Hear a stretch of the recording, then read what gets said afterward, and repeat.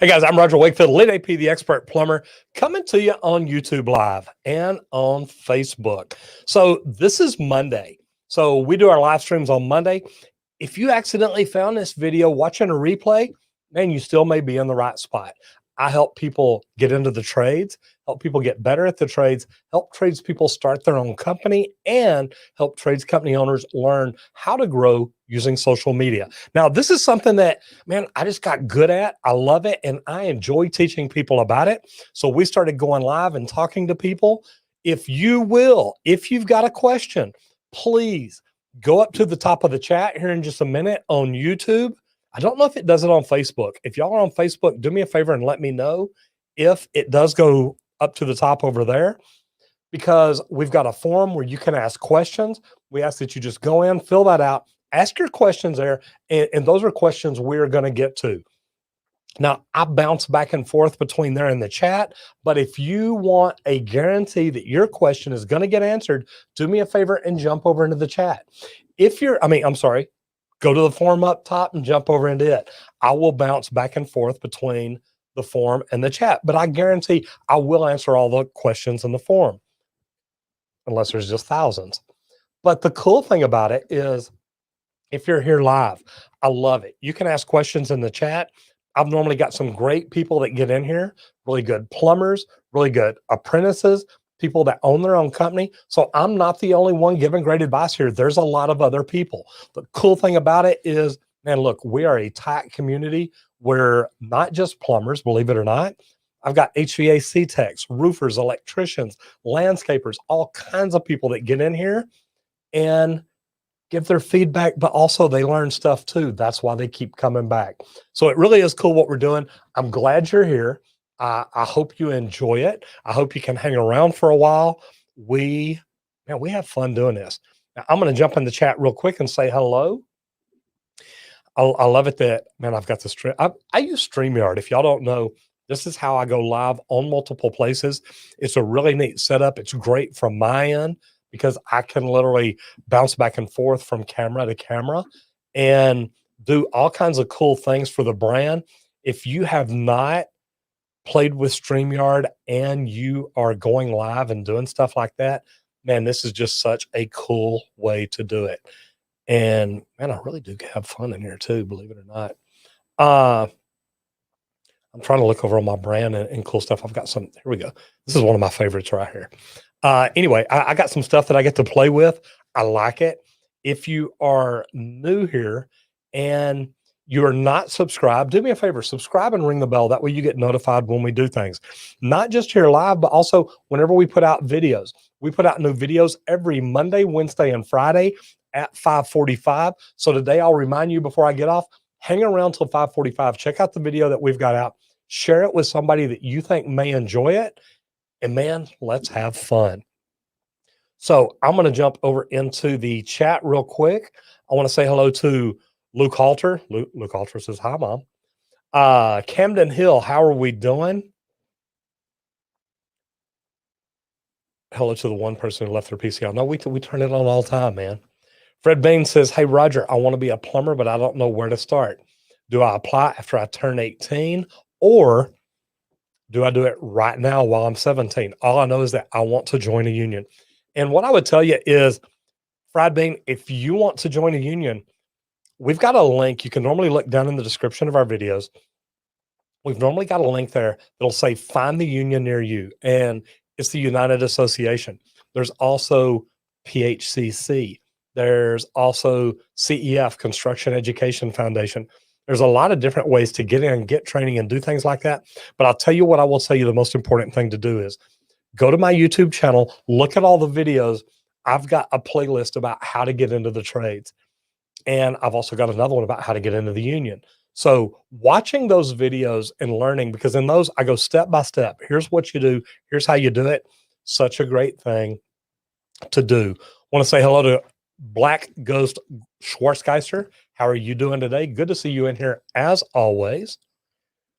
James Games in the house. Gotta love it. What are we waiting for? Man, we are here. I love it. Editor Grayson's in the house, and one of my bosses, Miss Amber Mendoza 11. What's up? I like this. Gary, man, I want to get this right. Upledashki, man, I hope I got that right. Hi, love your channel. Man, I appreciate you being here. Look here. Jadore says, what's up? Hey, Gray. I know we got Gray in the house, man, and he can comment. This is completely different. Look this. Jaden tagging people. Jaden, how are we doing? Jaden Munoz, I know you got introduced to the channel through Cruz Soto, so it's pretty cool to see you in here and tagging him. And here's the link that I was talking about. If you've got a question, jump in here, go over and ask the questions. I see that I've got some in here already. Guys, this is where you guarantee you get your questions answered. And I like this. Thank you for your videos. Man, I got to tell you, we love what we're doing. We have fun at it. I've got a great team behind me. And it's really neat because I actually today got invited to be on a podcast for a really big YouTuber that I love and respect. They're writing a book, part 2. And the name of the book is going to be YouTube Secrets 2.0. So you can probably figure out who it is. But man, I was just so excited to get that message today saying, hey, look, we'd like you to be on a podcast, like to talk to you about the book and what we're doing. And man, I thought that was just so cool. And I went into my comments and it jumped so far on me. Got Austin Chadwick in the house. Good to see that. Got Virgil Hatfield, not only in the house, right here in the studio with me, helping me out. I love it. And, you know, this is not the Reddit forum. This is actually, and Snag Police, great question. This is actually a Google form, a Google Doc. That way I can ask you certain questions. What's your email address? That way I know you're legit. What's your first and last name? Are you currently in the trades? And then what is your question? And the reason I do that is, number one, it gives me your email address in case you've asked something that I need to do some research on and get back with you on. So there's a lot of great deals there. The cool thing about this is, look, we started this video because I love helping people. I love helping people get into the trades. My nose is itching. I love helping people get in the trades. And since I've been in the trades, I've learned what it takes to grow up and become really, really good.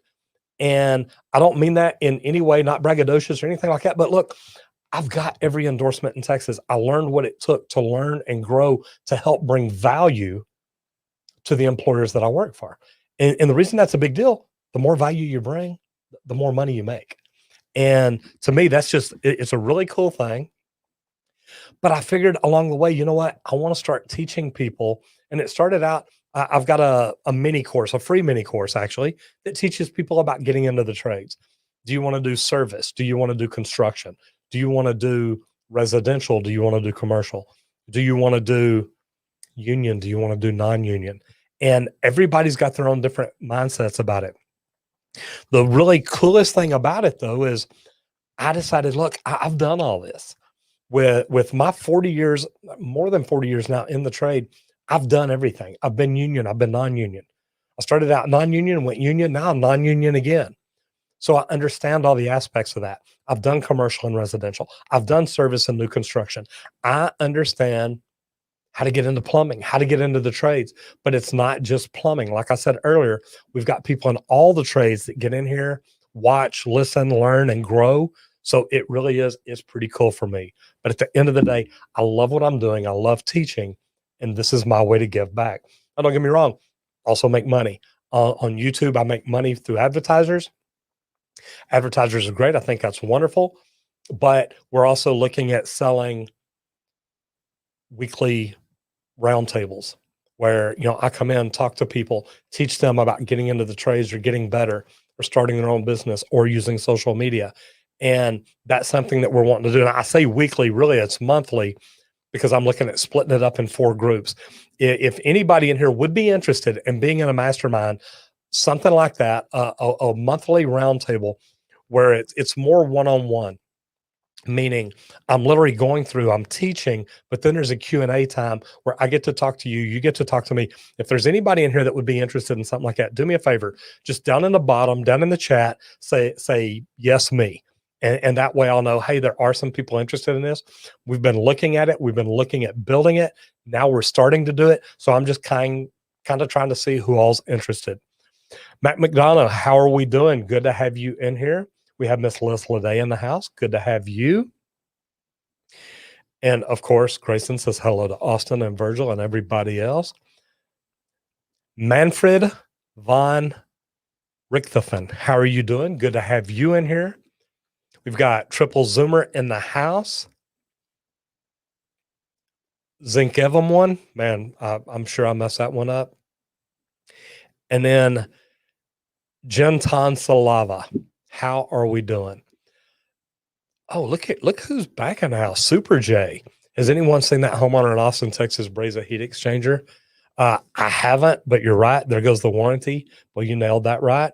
Salting Cracker is in the house at work, so he'll catch the replay later. Good to have you in here as always. And just kind of okay, so Troy, here's the deal. On Reddit's not really for questions. Reddit is really for posting a picture or a video. The link that I put in here earlier about the form, and let me see if I can jump back up in here and find it, and I'll do this. Put it up right there. That is the link that's on the screen now to go into the form and ask questions. So, man, check it out. Click over there. If you have any problem with that, let me know, and we'll get going there. Yeah, StreamYard is phenomenal. Check out YouTube. Super J, I love it, brother. And Super J's been hanging around for a while, so it is cool. Jaden Munoz, how are you? Hope your work is getting off to a fabulous start. You know, this work week is good. The neat thing about it is we're starting to recover a little bit. As you see, I have a, man, it's in a bad spot, ain't it? I want to do a shout out here. I've got Black Mountain Mechanical in the house. They actually came to Dallas because, look, we're having problems. We don't have enough plumbers in Texas to get everything caught up. So this is really cool. And I'm going to put this back up here real quick. Move it over a little bit so they get a little exposure there. But the cool thing about it is the week is off to a fabulous start. Got a couple I have a master and a journeyman plumber from Vermont came into town to help. And don't get me wrong, the calls are slowing down a little bit. Whenever we first started talking about it, we were still getting 20 or 30 calls a day. It is slowing down quite a bit, but man, these guys have come to town to help, brought materials, brought water heaters. Any of you Texas plumbers here on Facebook that are like, hey, look, we're still covered up every day. Reach out to me, message me, let me know what's going on. I can get you in contact with these guys and hopefully be able to feed them some work and let them make some money while they came down here. It's what it's all about. Steve says, I'm thinking about not having a garbage disposal, getting tired of changing mine every 7 years. It's leaking bad. Steve, my question to you, and Lori, is funny. I've got it right down here on the floor. We've got a InSync Aerator Pro 750 that Lori got in here and looked at this morning because we're doing a video on it. What disposal do you use? Because there's a lot of things I like about this one. But if it's leaking bad, do you need to go to one with stainless steel insides, different things like that? To me, it's worth it. I love having my garbage disposal, but a lesson I learned about 15 years ago from my dad, he bought a good one. It's quiet. It reversed every time you flip the switch. It was spun a different way. So there were a lot of cool things about it.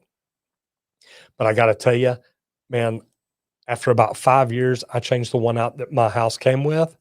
And it's been great because I changed and upgraded to a really good one. I don't think I did the 750. I think I did the 1000 or something. But I'm telling you, man, I love it. It's quiet. I never have a problem with it jamming.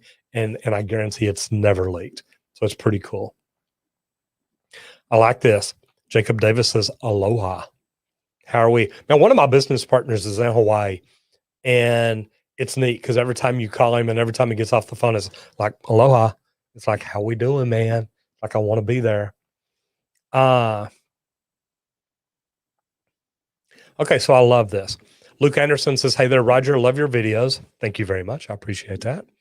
Says, I passed the aptitude test and now it's on to the interview. What tips could you give me to nail my interview with the union? You know, and this is really good. And I'm fixing to jump over into the form in just a minute. So, guys, any other questions you have, please roll over there. But I saw this and I wanted to ask it or wanted to answer it. You know, I've got videos where I talk about the union interview and why it's so important. You want to talk about what the union is all about. You want to ask questions, but you also want to study so you know a lot of the answers. But one thing that I always recommend to people to ask during an interview is, look, what can I do to make y'all look better? You know, because I want to learn, I want to grow, I want to become or try to become one of the very best. And my thing is, if you're getting into any job, any trade, and you're not trying to be the best, why not? Why wouldn't you want to be the very best at whatever it is you decide to do for a living? And I ask that because to me, that is something that, man, I'm a very competitive person. And one thing I love about the union has a competition every year. It's the Apprentice of the Year.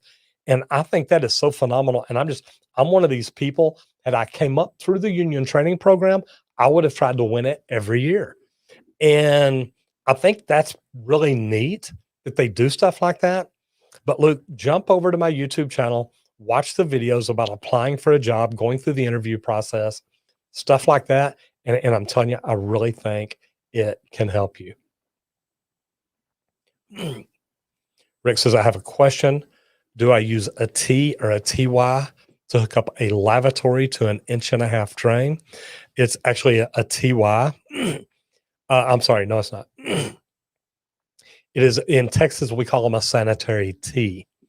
A TY is really a combination. So it's a T, a sanitary T. And that's what you use. Let me ask you this, Rick. Where you're located, do y'all use PVC? Do you use ABS? Are you using cast iron? What materials do you use? And I'm just curious because we're getting ready to do a couple of interviews. One is with a guy from the UK, another with a guy from New York. And these are plumbers that have a very nice YouTube channel, and actually talking to another guy in Canada.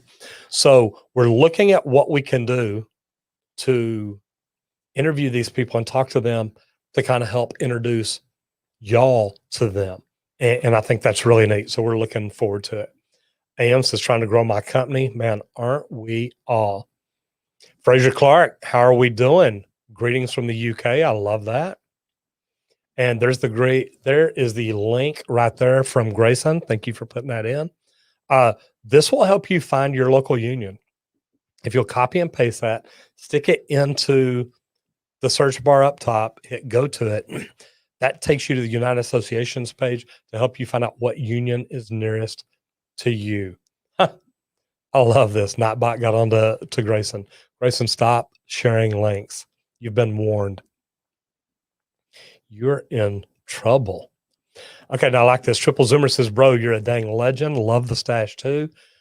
Look, guys, I am far from a legend. It's funny. I jumped in a YouTube chat the other night and somebody's like, hey, Roger Wakefield, the legend's here. And I'm like, wait, who's Roger Wakefield, the legend?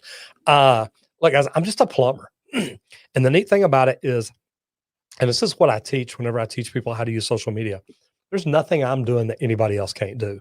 Do I do it well? Yeah. I continuously study social media, not just YouTube, Instagram, LinkedIn, Facebook, TikTok.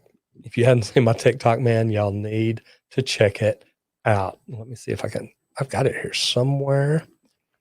I want to put this in here just because this is really worth checking out. But here it is. Open up another page in your browser, open up another page on your phone, go over, follow me on TikTok and see what all I'm doing. I'm telling you what, I've got a team around me.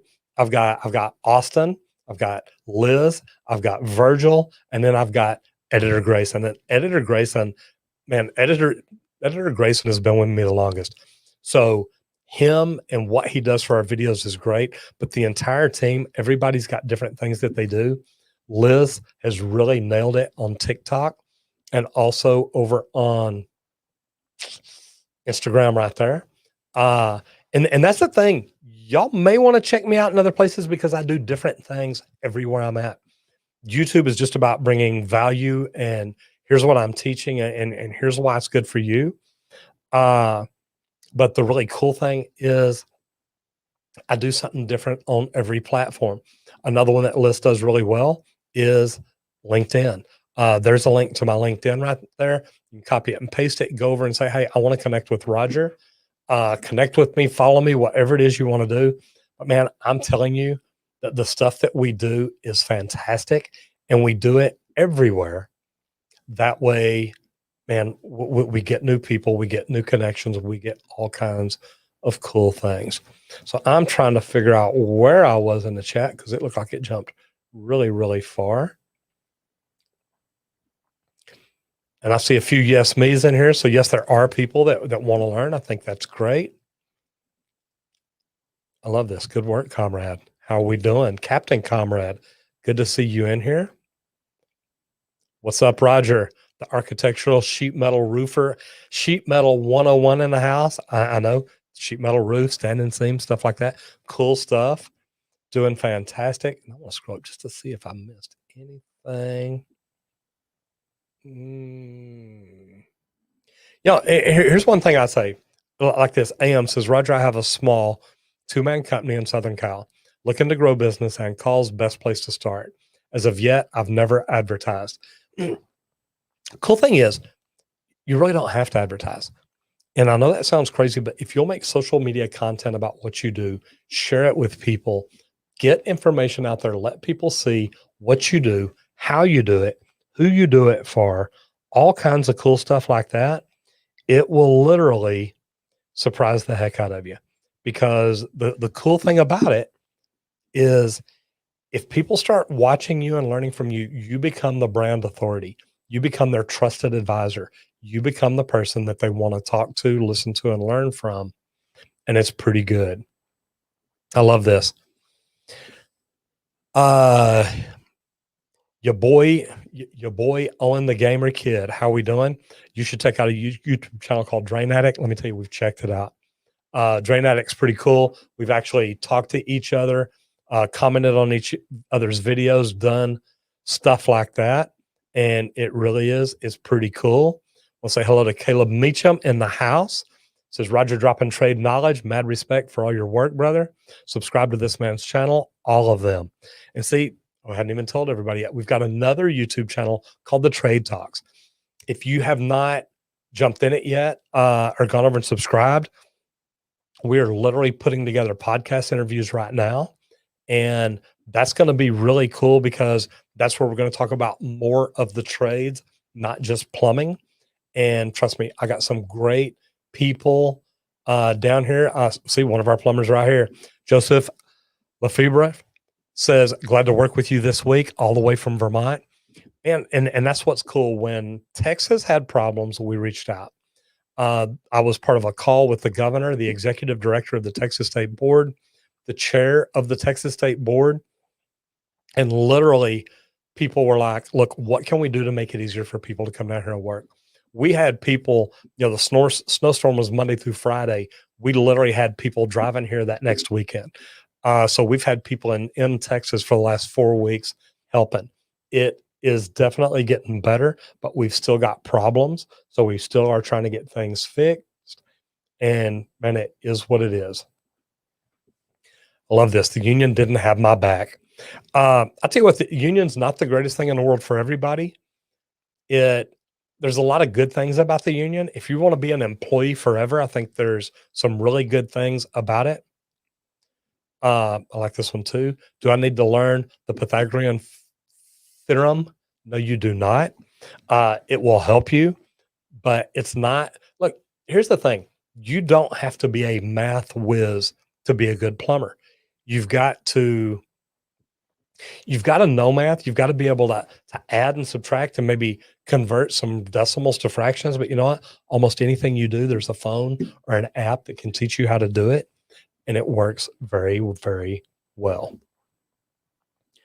And Grayson says, tuber turds, don't forget to like and sub. Man, isn't that the truth? All right, I'm going to jump over into the forum. So people that have asked questions over there, going to get going on that. And I love this part because this is literally where I get to go deep, get to talk with people about questions that they've got and stuff like that. Philip Banks says, what work van would you recommend for an apprentice? Well, here's the deal. Number one, if you're an apprentice, you're probably not doing too terribly much with it. If you're an apprentice that you're eventually wanting to open your own company, though, that might be a little bit different. what we just went over to, and look, and this is part of what I teach. So it's funny because when I first started my company, I bought used vans and bought several of them. I've got 4 used vans out here now. I had a box truck. I've already sold 2 vans. I've got a truck. I've had up to 7 vehicles at one time. Now I lease vehicles. Brand new 2021 Ford extended cab, extra tall. There's enough room in there. My tallest plumber can stand up and walk around.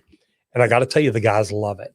So, as an apprentice, Philip, what I would tell you is don't necessarily think about buying a van right now, maybe a truck, something you can transport your tools in. A crew cab would be great where you could just slide a tool bag in the back, or maybe even put a toolbox in the bed of the truck. If you're wanting to open your own company one day, then I can understand the van and why it may be important. But as an apprentice, you're probably not going to be carrying just a ton of stuff around. So I don't know that you really need to. I love that though. An apprentice always looking at what he can do to do better. That's a great thing. Michael Nielsen. Should I fix a 14-year-old dishwasher or buy a new one? Here's what I would tell you. First of all, at 14 years, that's a pretty easy call for me. I would buy a new one. But I always look at how much money am I going to spend towards doing this, towards repairing it. Even if it's just $200 or $300 for parts, another couple of hours for labor to take it apart and install it and whatnot, I'd say, look, that could roll over towards the purchase of a, $500, $600, $700 dishwasher. The 2 hours to change the parts out, to be honest, you can probably change a dishwasher out in about an hour and a half at most. And I've got a video where we changed out a dishwasher. Be careful if you've got the Formica countertops, because you can chip it, as you'll see in my video.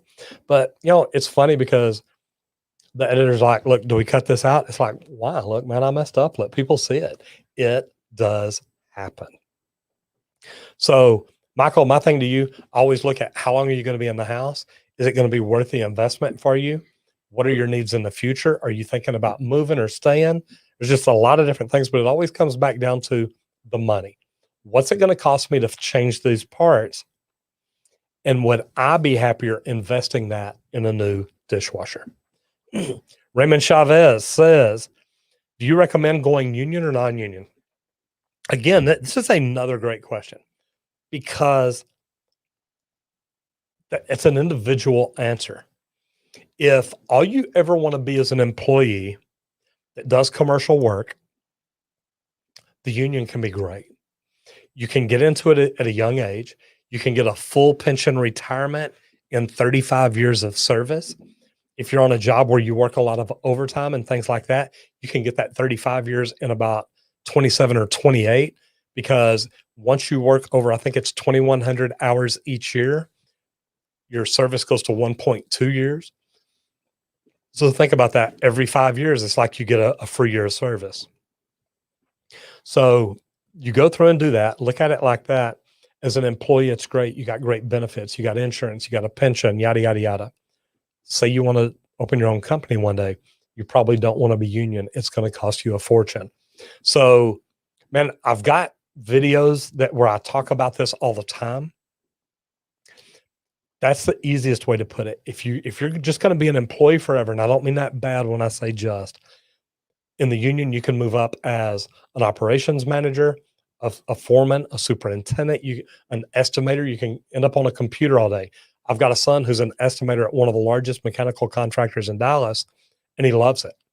And he's moved up over the years. He enjoys what he does. So the cool thing about it to me is it's an individual answer. Some people already know when they get in the trades, I want to open my own company one day.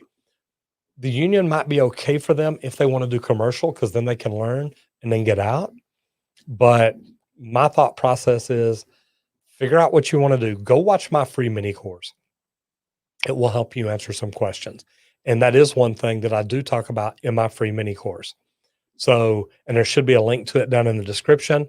So jump in there, check it out. And if it's something you want to do, man, more power to you. I think the union's been great for me.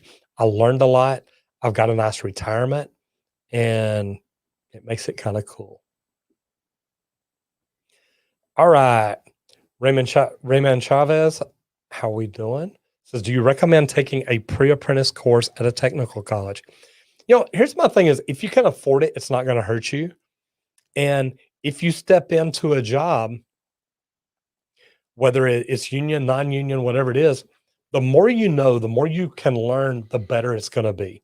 And if you can literally walk in already knowing things, you can walk in ahead of the other people. Because think about it, whenever you're an apprentice in the union, you may walk in a class with 60 people in it. If you know things and you can set yourself apart, it's going to be a big, big deal. So if you can afford it and it's going to teach you the things that'll benefit you, absolutely.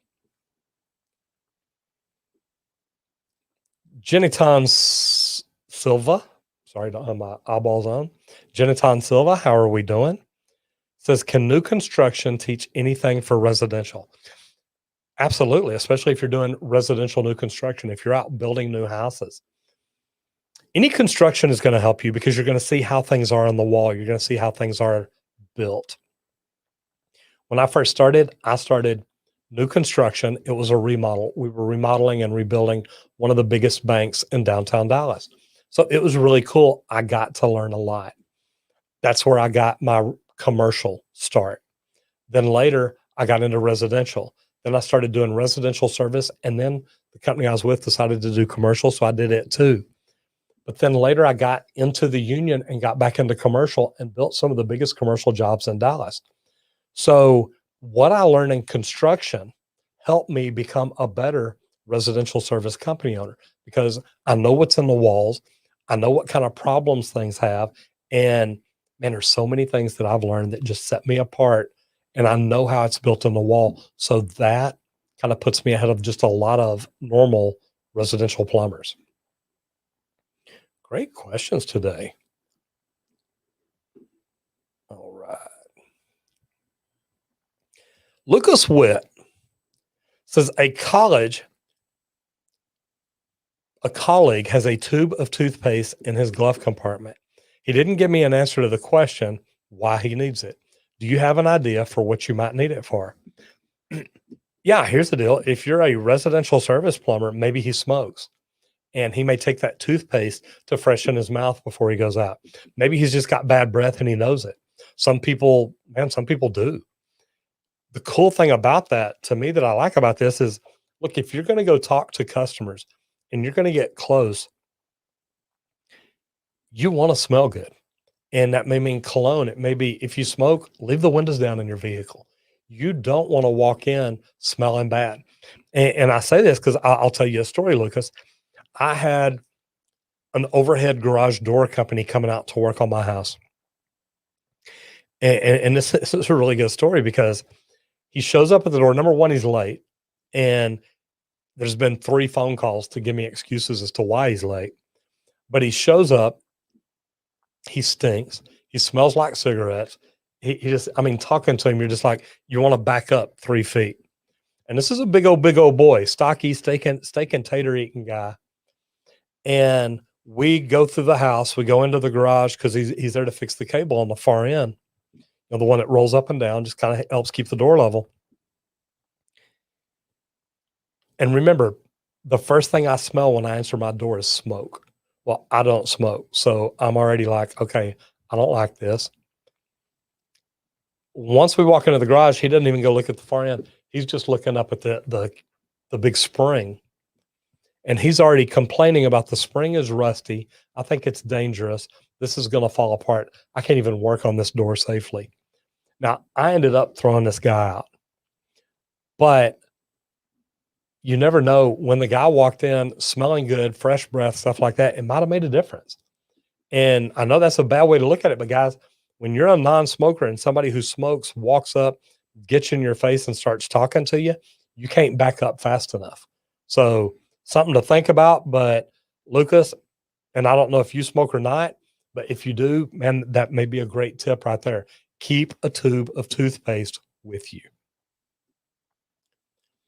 Next question is from, I'm going to say Sarah. Have you ever not wanted to do a plumbing job? Like someone asked you to fix something and you declined? Sarah, I have. It was only once I got called to unstop a toilet, and I went into this apartment house, and Lori walked down the hallway, and most of the doors were open. And when I got to the door and turned the lock, I could already smell it. And I walked in, and there was a toilet there that it looked like it had been stopped up for a month. They had kept using it, and it was just piled up. And I was like, you know what? If y'all don't care enough to take care of it quicker now, I'm not going to clean up this mess just to flush it. And I did. I left and probably handled it wrong. I went out and called my company and said, hey, y'all need to send somebody over here. I ain't fixing this. And the bad thing is they told me you don't have a choice. And that is not a thing you tell me, because I will always show you I always have a choice. I just saw this, so I wanted to pull it up here. Zinc VM1 says, Roger, just want to say thank you. I'm in southern Arkansas, and that freak storm a month back burst 5 different pipes under my house. Watching your videos helped me fix the half I needed help with. Man, good for you. I love seeing that. And we've got a hello from Canada. Just talking about you Canadians just a while ago. I love this.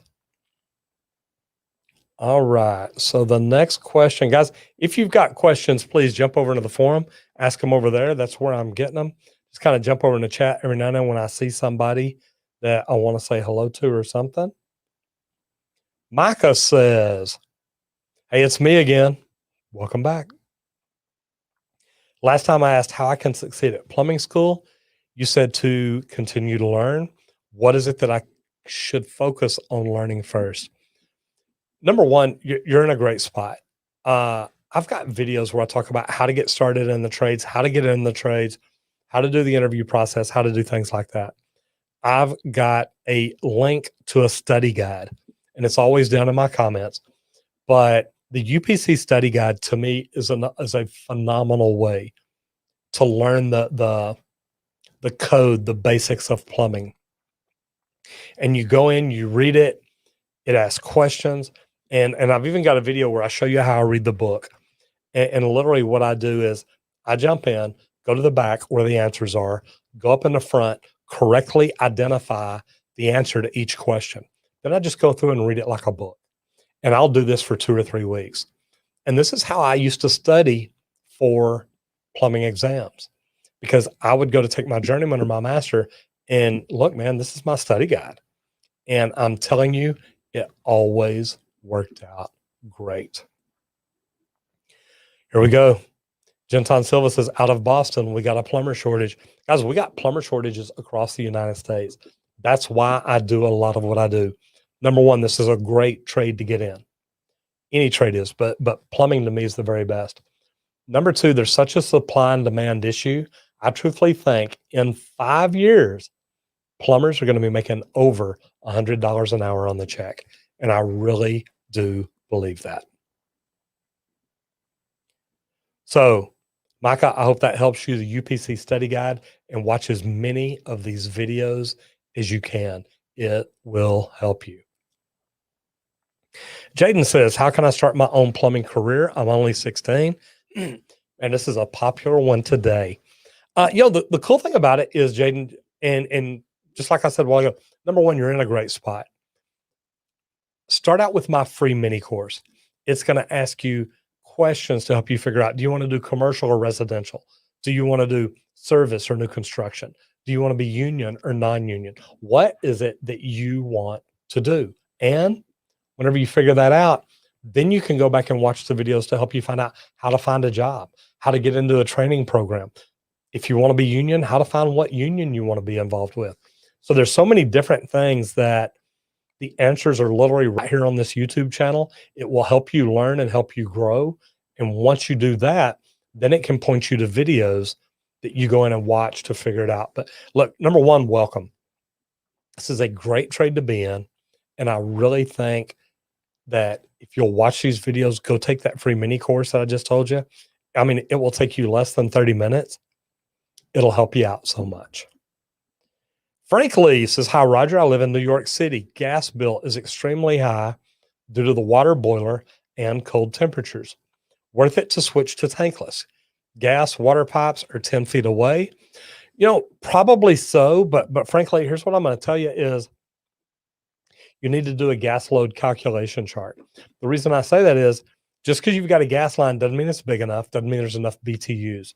Your current water heater probably takes 40 to 50,000 BTUs. A tankless water heater takes almost 200,000 BTUs. You've got to figure out that gas load calc chart and make sure you're not starving it. I want to say hello to Steve Arloa. Says, aloha. So we were just talking about Hawaii a while ago. I missed last week. Still need to get a hold of you in regards to the meter dog. Off to a call, but we'll be listening on my drive there. Number one, anybody ever wants to get in touch with me about a meter dog, contact me, send me a message through Facebook, through YouTube, through LinkedIn, wherever it is. Look, I'm available everywhere. LinkedIn, Instagram, Facebook, TikTok might be the easiest places. But yeah, send me a message. Love to chat with you. These products, if y'all hadn't seen my meter dog video and you're a plumber, you need to check it out because this is going to be the latest, greatest thing to hit the plumbing industry. And I'm telling you, there's nothing like it out there. If you've heard of Flow, if you've heard of Fin, you've heard of all these other devices that are remote leak detection and yada, yada, yada, this is 10 times better.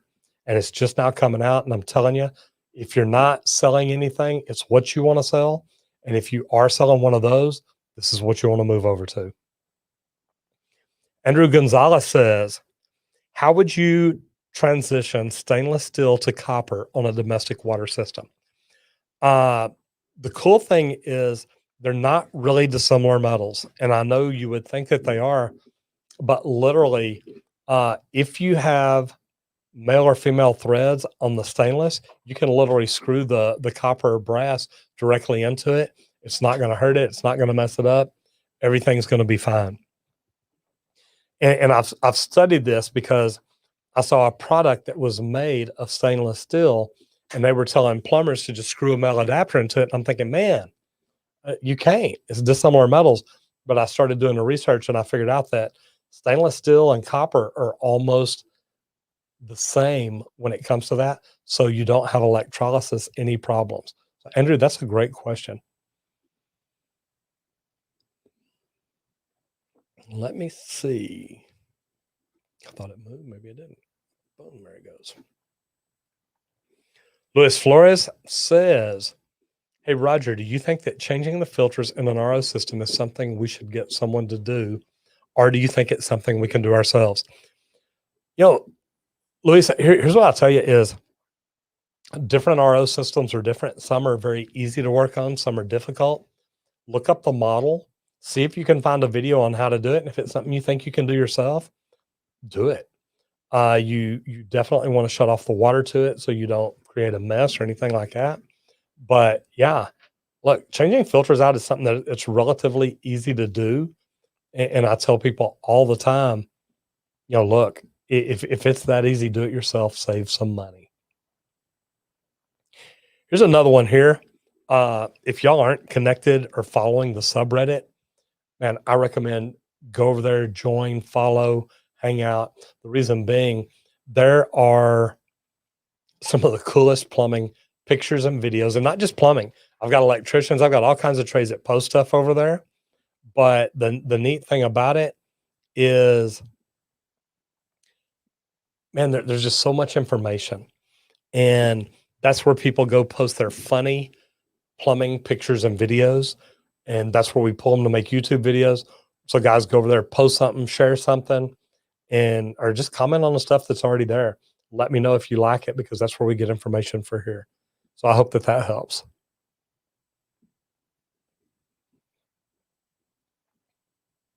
Now we're starting to get some questions in the forum. Craig Close says, hello again, Roger from England. Would you recommend pre-soldered copper fittings for a beginner in soldering? And I really wouldn't. And here's the reason I say that. And I'm assuming over in England, y'all sell pre-10 fittings, which we don't over here. But here's where I see the benefit of it. The big thing about it is you're just trying to get somebody heated up enough to push that solder up all the way in there. Use electrolysis to draw it up in there. I think that if you get somebody used to using pre-10 fittings, then you take them away, then there's a possibility of leaks. That's why I love the idea of doing everything you can to just start them out at the very beginning and teach them the right way to do it. Great question. I think that's fantastic.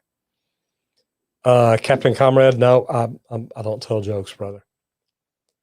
What is going on with Texas Plumbing Board in May? Number one, it's already started. I think they're in the 87th legislature until May. If you're here in Texas, matter of fact, if you're in Texas, everybody in Texas put Texas down in the chat. The reason I say that is what I'm going to talk about. I want to talk directly to y'all, but everybody else in here, just put, if you're in the trades, what trades you're in and where you're located, like plumber in Vermont, whatever it is. But right now, I'm going to talk about the Texas Plumbing Board. Here in Texas, we're still fighting for our license. There's a lot of bills and legislature going on. Anytime you can afford to get down to the Capitol and be there for hearings, you can almost always check. There's a group in Texas called #71K Plum Strong that always keeps people informed as to what's going on with the legislature, what we can do, what's good for us, what's bad for us, at least based on our point of views. But at least then you can get in and see what's happening. And hopefully then it'll give you an idea as to what bills you want to support, fight against, things like that. Then talk to your local representatives. And if you're in Texas and you don't know, you can literally go to whorepresentsme.com and it will help you figure out who your state representative is in the House and the Senate. And those are the people you need to be talking to. Steve Anderson says, number one material you're short on right now in Texas, it's probably tankless water heater parts. And it was so cool. They literally from Vermont brought tankless water heaters, copper, type L, 1/2 inch and 3/4, things that, man, look, what we have been running out of a lot here lately. Man, it's so good to have other plumbers from around the country say, hey, look, we want to help. What can we do? Here's what we're doing. Here's what we're bringing. And it really does. It helps. Love this. Canadian licensed plumber looking to relocate to Texas. Any suggestions? Yeah, if you're a residential service plumber, give me a shout. Love to talk to you and just see what's going on. If you are a commercial plumber, you can reach out to some of the biggest companies in Texas. What part of Texas are you wanting to move to? Are you union or non-union? I may be able to at least help point you in the right direction. Trying to make that, do that. And head back to right. Make sure I got this. Yes. All right. So Captain Comrade says, will charcoal soap affect my plumbing? What about soap with those little beads? And actually it shouldn't. The charcoal is a great water filter. It's gonna get carried away. And most of the little beads also, they either dissolve in the water, but either way they're going to get carried away, as long as you're not talking the Orbeez beads. Yeah, they're not. They're going to swell up and make a problem. So don't use Orbeez. Matter of fact, real quick, I got over 100 people in here. Tell me right now, what video do you want me to make? And just leave a comment in the chat, because we're always reading the comments and looking at questions and different things. But anybody in here right now, leave a comment. What video would you like us to make? The reason being, we love reading back through these and trying to see if y'all got some ideas we don't have, if you've got some ideas we hadn't come up with yet, or if you're just crazy, which most of y'all we know are. Jacob Schroeder says, my parents own a Dairy Queen. Old faucets went bad, and the plumber told us to replace it with a TNS brass or a Chicago faucet. Which one do you recommend? Man, I got to tell you, TNS Brass and Chicago Faucets are both very good names. They've been around forever. I don't think you'll have a problem with either one of them. TNS Brass would probably be my lean to, just because I've worked more with them. But TNS Brass, Chicago Faucet, both, I don't think you'll have any problem at all. Matt again says, I took your advice. Check out the Milwaukee camera snake. I like it. What was the things that you liked about it? My biggest thing, and I'm looking at buying about 3 of those right now. I'm talking to Milwaukee and Rigid, looking at some different ideas. My biggest thing was the high definition video display. To me, that's one of the biggest problems some of these cameras have. Don't get me wrong, the display is good. It's maybe 720 HD or, God, maybe not even that high. But looking at some of these HD sewer cameras, guys, I'll tell you what, I think that is going to be a game changer. And I just love it. So, Matt, that's what I'm looking at, and definitely looking forward to it. We're going to do a lessons learned, a product knowledge in here, have Milwaukee come in, do a course, talk to us about it, and then we're going to make a decision and decide if that's what we want to do. Mr. Daniel says, why is plumbing so interesting? And this is good because I can give you my thoughts. And what I will tell you is plumbing never gets boring. And that's why I find this such a wonderful career for me. Because number one, I love what I do. I love helping people. I love being in a position where I don't just build stuff. I go out and analyze problems, find out what's wrong, and then come up with a solution. So to me, plumbing is just so interesting to me because there's so many opportunities. It can be something different every single day. And as a residential service plumber, that's especially true.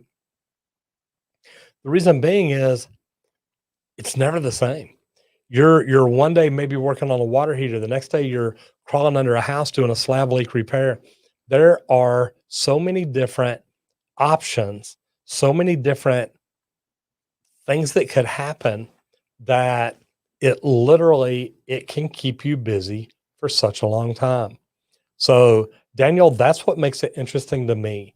And the cool thing about it is even when I do construction, it's still interesting to me because I'm always trying to figure out how can I get it done quicker? How can I save my employer money? How can I get it done safely where I don't put people at risk? So when you look at things like that, because that was one of my big things whenever I was doing commercial work, I always fought to bring in my jobs on time, under budget, without anybody getting hurt. So to me, there's always a challenge. There's always a test. There's always a skill set, things that you want to do and get done. And I got to tell you, it really can be a big deal. And this is a crazy question because number one, they put in my name. But have you ever smoked weed on the job, before the job, or after the job? And that's an easy one for me because I don't smoke weed. And when I'm on the job, whether it be a commercial job or residential, I'm going into people's houses, I don't drink either. It's that there's a time and a place for it. And man, that's not the time and the place. So no. Nicole White says, I have a front load washer that smells only when it drains. I've had it for many years and it only started in the last year. I clean the traps and seals monthly and always leave the door open after loads. I've tried every sort of tub clean product idea out there and it smells like poop. Here's one I'm going to give you to try. And I heard this for a dishwasher and that's what made me think of it. You know, the old crystal powder mix, the lemonade crystal stuff. I don't remember what it's called, but something about the lemon is a cleaning agent, and those crystal powders you put in a dishwasher, or I would assume too, a washing machine, and that lemon gets in there and really cleans it. I have looked at the idea that there's a product out there where it is a UV ultraviolet laundry treatment. And you literally run your cold water through it. It treats the water. So before it puts the water in your washing machine, it's UV treated. It's got this strong UV smell and you can smell it. And man, I love that. That may be worth it if you can't find anything else to get rid of the smell. It may be worth just trying to treat your water before you put it in and see if that helps. Eddie Jensen says, just wanted to tell you, I worked for UPS for many years as a driver, had a bad injury, and because of me, got into the trades. Best move I ever made. Thank you. Eddie, number one, thank you. And I appreciate people telling me stuff like that. Guys, look, here's why I talk about the trades like I do. The opportunities are phenomenal. You don't have to spend a lot of money on college. You don't have to spend any money on college. If you join the union, PHCC, anything like that, you go through an apprentice training program where you can learn. Hopefully you're in a position where your employers are paying for it. If you go to trade school, you may want to find a company first. Go call the trade school and say, hey, do you have any employers that send their people through here? Go to work for them. I've been on advisory boards for trade schools. I think trade schools are great, but I'm always looking at, look, what could people do to get in and learn for free? Better than that, what could people do to get in and learn and get paid for it? That's where PHCC, the union, CEF, people like that could really be very beneficial for you. How many of y'all know what PHCC is? Do me a favor. If you do, put it down in the comments.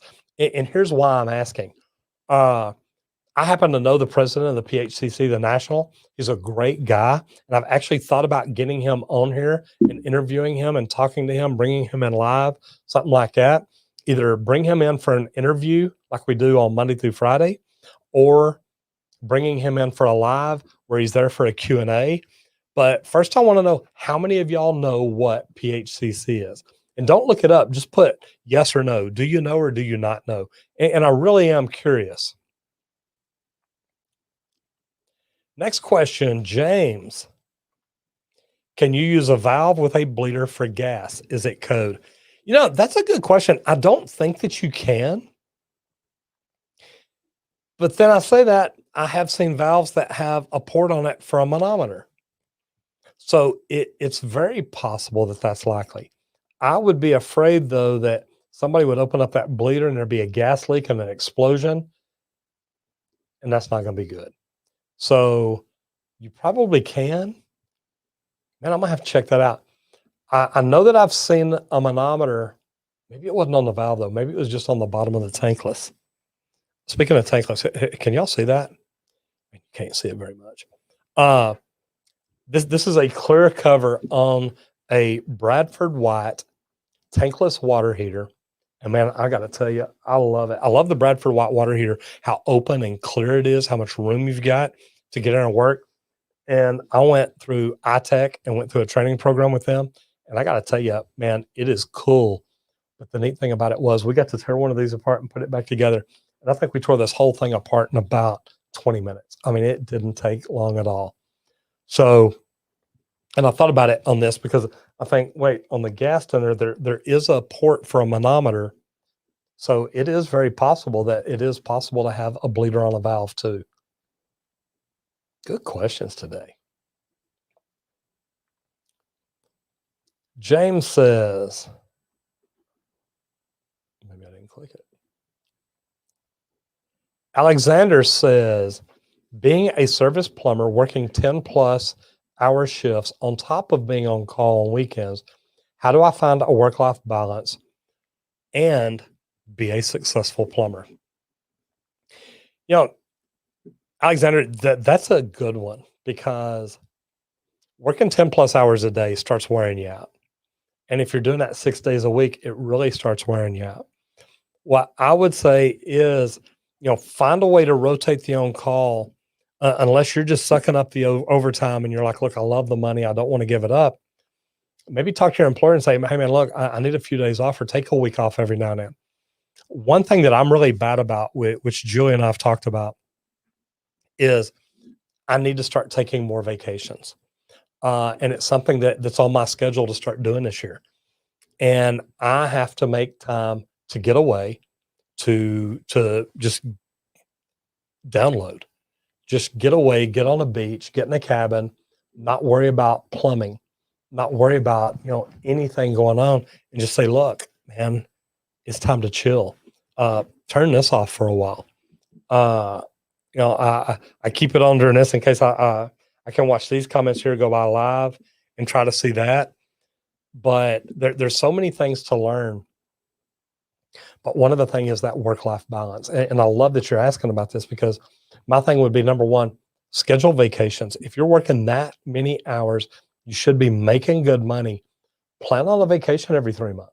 And if they say, hey, you can't take off a week every 3 months, say, well, then quit working me so daggum hard. This has all got to be about you.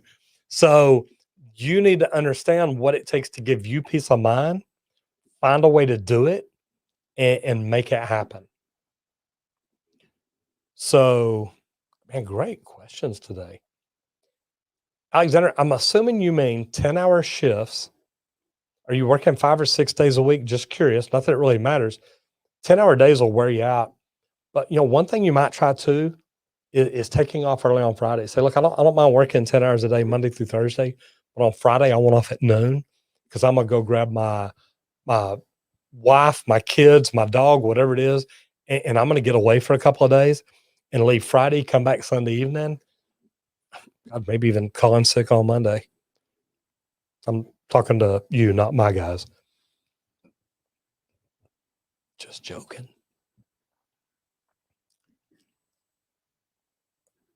Man, I guess everybody's asking questions twice, or it's not clicking. Isaiah says, I just started the process of getting into HVAC union, and I have to drive parts around, and my old company I was doing service calls with.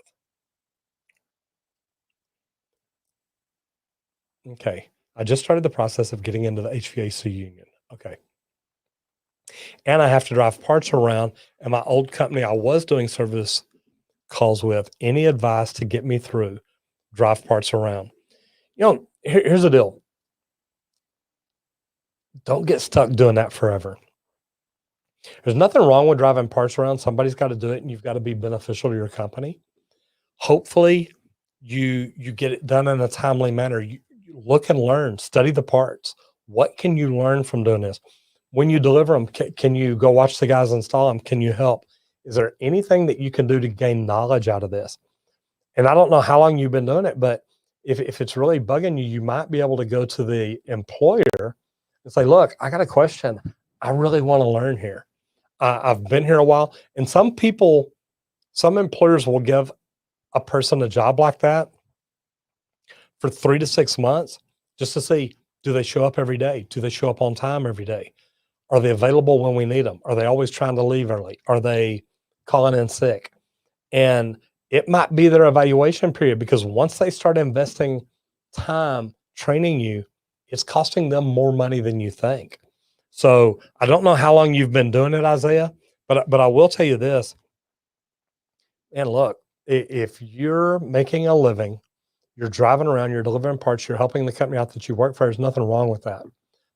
What you may want to do is go in and talk to them and say, hey, look, I just want to let y'all know I love this, but I do want to get into a position where I can really learn how to do the trades and do it well.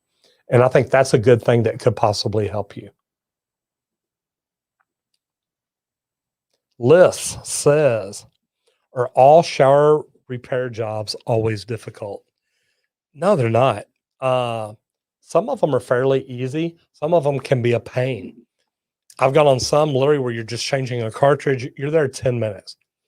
Either you shut off the water outside, or when you get in the house, there's stops at the valve. Shut it off, pull the cartridge out, swap it out, turn it back on, boom, it's done. Doesn't happen that way very often. Some shower repair jobs require jackhammering out the tile, pulling out the old shower pan, replacing it, doing a bunch of things. So, man, there's a million different things that they're not always difficult, but they're not always the easiest jobs in the world either. Peter Chang says, what's the worst rough-in you've ever had to deal with? I mean, this is a really good one, because the worst rough-in I ever had to deal with, and I was actually a logistics person at the time. I ran a total station division for a large mechanical contractor, and we used a total station to lay out points on a job site. One of the most difficult I ever did was the Baylor I don't know if it's the Cancer Center or Heart Center. It's it's not downtown Dallas. It's east of downtown Dallas.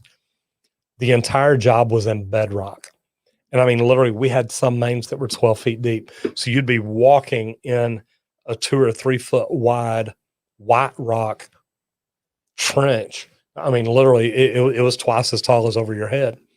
That's one of the worst ones because we laid it all out with the total station, and then they had to come in and dig it. Well, then we had to take the total station, extend the pole. That way we could mark exactly where the points needed to be. That way we knew the pipe got installed in the exact right place. So that's one of the roughs I've ever done. But I got to tell you, I really did enjoy it. Dylan said, how hard is plumbing actually on the body? A lot of people say it gets to you. If I work out and wear proper PPE and have a good diet, will my body be fine? You know, I want to say yes. I have quit working out several times in my adulthood, but I'm still in pretty decent shape. I can get up tomorrow morning and get on the treadmill and go for 4 miles. Here's what I'll tell you is if you are working out and you do have a good diet, you're so far ahead of so many other plumbers. The only other thing that I would tell you is, especially since you work out, be careful when it comes time to lift water heaters, to lift big sections of pipe, things like that. Ask for help. And I know you're thinking, look, man, I don't want anybody to see me as a weenie or anything like that. But the big thing is, it's those little mistakes that you hurt your back that kill you and haunt you forever. Most plumbers have bad backs, bad knees, bad shoulders, and bad elbows. I actually, about a month ago, detached my bicep from my elbow, and I've now got, you can't really see it, I've now got a scar right here where they had to go in, drill a hole in my radius, pull my bicep back down, and stick it through and put a button on the bottom of it to attach it. I'd have been smart to ask people to help me move the lockers, but I just thought, you know what, I'm just going to grab it and pick it up and slide it. And as soon as I did, I felt that pop. And as soon as I did, I looked down, my bicep was up here. I mean, my whole bicep was right there. Sometimes just asking for help is a smart thing to do. So it can be hard on the body, but as long as you're looking at it when you first get in it and you're like, look, I'm going to wear knee pads. I'm going to wear a hard hat. I'm going to wear eye protection. If I'm laying down in the floor to work on a cabinet under a sink, I'm going to put a bolster or something down to help keep me in a good position. There's a lot of things you can do, a lot of things you can look at to help you do the job better. But the neat thing is you're thinking about it already. And if you'll think about that before you ever get in it, it can be phenomenal for you. I love the questions today, guys. Now if I can find my mouse. Owen Mendoza. What's your worst plumbing situation? Man, there's so many. Probably walking into a customer that you understand they don't make enough money to afford to do the repairs that need to be done. And it takes me back to a thing. And guys, if I ever say anything, y'all write down, this is one to remember. And this was taught to me by Professor Bill, who was an HVAC instructor. And I believe he was actually a professor at TCU or something like that. But he came in to sub in our class one day. My normal instructor, Tony, had to leave, had to go do something. And Bill came in, Professor Bill came in, and he says, yeah, what are y'all supposed to be talking about today? And I said, we're supposed to be talking about the boiling point of different refrigerants. And he said, well, you know what? Tony can talk to y'all about that another day. He said, here's what we're going to talk about today. We're going to talk about customer service. And the thing that he said that has stuck with me forever, and he said it very well. He said, the one thing I want you to remember is there are people in this world that can afford to pay you for what you do so that you can afford to take care of people that can't afford to pay you what you do. And if y'all have never heard that, man, that is such a cool deal. Because to me, it's so true. And, what's your worst plumbing situation?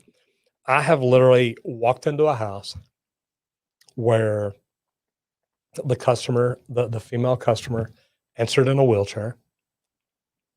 She had a blind son, had a husband with dementia. And literally, as soon as you walked in, you could tell the house had not been cleaned in forever.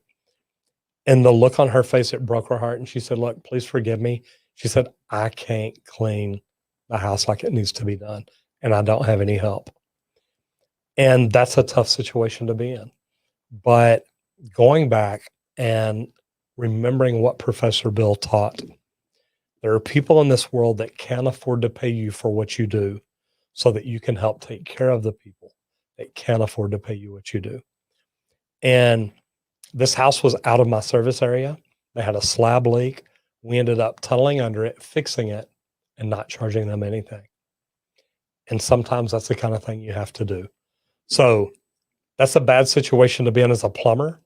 Luckily for me, as the plumbing company owner, I can say, "Hey, this is a great opportunity for us." And thank God I had some wonderful plumbers that manned up and helped get it done, get it knocked out, got it taken care of. And stuff like that's a really neat deal to me. John Armin says, "What is your biggest plumbing mistake?" And man, I've got to tell you, I'm lucky here. I haven't made a ton of mistakes, but the ones I make, I remember very well. Two big ones. When I got my first torch, I was working on condos. It was in the 80s. I was out on I-30, and the job foreman says, "Hey, look, man, we're going to put you over here with this other guy, and y'all are going to put together shower valves. You're going to prefab them. You're going to cut them this long. You're going to do this. You're going to solder this and all that." So I don't have a torch. He said, "Don't worry, we'll order you one. Take it out of your check. It'll be here." So, man, they ordered it, and we put together about 100 tub and shower valves. Nobody had ever taught me how to solder, man. I just thought, hey, torch heats it up, melts the solder. This is it. Not very good. There were a ton of leaks. The other thing was the first time that I got asked to run a TMP line, I knew nothing about it. Literally, my foreman says, "Hey, here's the TMP line. It goes down, it goes in the wall, goes through the wall, stubs out the side of the building." Cool. Wasn't but about very clearly, and ask them, "Do you have any questions?" Because I want them to understand it's okay to ask questions. And as long as they understand, hey, look, you can ask me questions, everything's fine, it puts them in a better position. So those are probably two of the biggest plumbing mistakes I made. Luckily that they weren't very expensive. They were both problems that we were able to fix and rectify and stuff like that. So it was pretty cool. Got another one here in the forum. Guys, if you have any questions, please jump over in the forum. Although I'm going to have to jump over in the chat. Looks like I've got a ton of comments been going by. Andre Dean says, "Hey, Roger, I'm a plumber in California. I've been plumbing since I was 18. I'm now 23. What's your opinion on ProPress and MegaPress? Do you think it's better than threaded fittings or solder fittings?" And I got to tell you, I'm a fan. I think ProPress is going to save us labor. I love the materials. I love the product. So I think it's going to be good. I also think that MegaPress is great because most residential service companies don't know about it. I love the fact that I can take a gas line, cut a T right in the middle of it. And I paid for my entire rigid ProPress, MegaPress kit in one big job. We did some big airlines for a project, and they were cutting in a bunch of lines. And we got up there and looked at it and said, man, if we use MegaPress, luckily due to my commercial background, I knew all about it. But it's like, if we use MegaPress and install this, look how much time and material we can save. The neat thing was, after we pre-manufactured everything, I set up where two of my guys and my son, he worked for me every now and then. I set it up where they could go in and install it on a Friday night. I had an event that I had to be at. Let them we dropped off the materials that day. We looked at the job at about 4 or 5 that afternoon. They had permission to come in at 6 o'clock. I had literally given them 8 hours, actually 10 hours. I said, we've got to be done by 4 o'clock in the morning at the latest. They literally texted me at 9 o'clock and said, we're done. I said, what do you mean you're done? What's wrong? They said, no, we're finished. They had done what I thought would take 8 hours to do in about 3 hours. So it was really, really good. So the labor savings are phenomenal. And that was all done with MegaPress. We did it. We tested it. We did not have any leaks at all. So to me, man, this is cool stuff. All right. I'm going to jump back over in the chat just for a little bit, just to visit and say hi and see what's going on. I know I've already answered that. Andrew Gonzalez in the house. Good to have you here.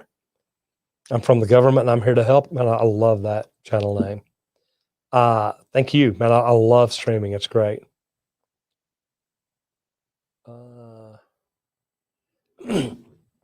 This is a good one. Keith's Garage. How are you doing today?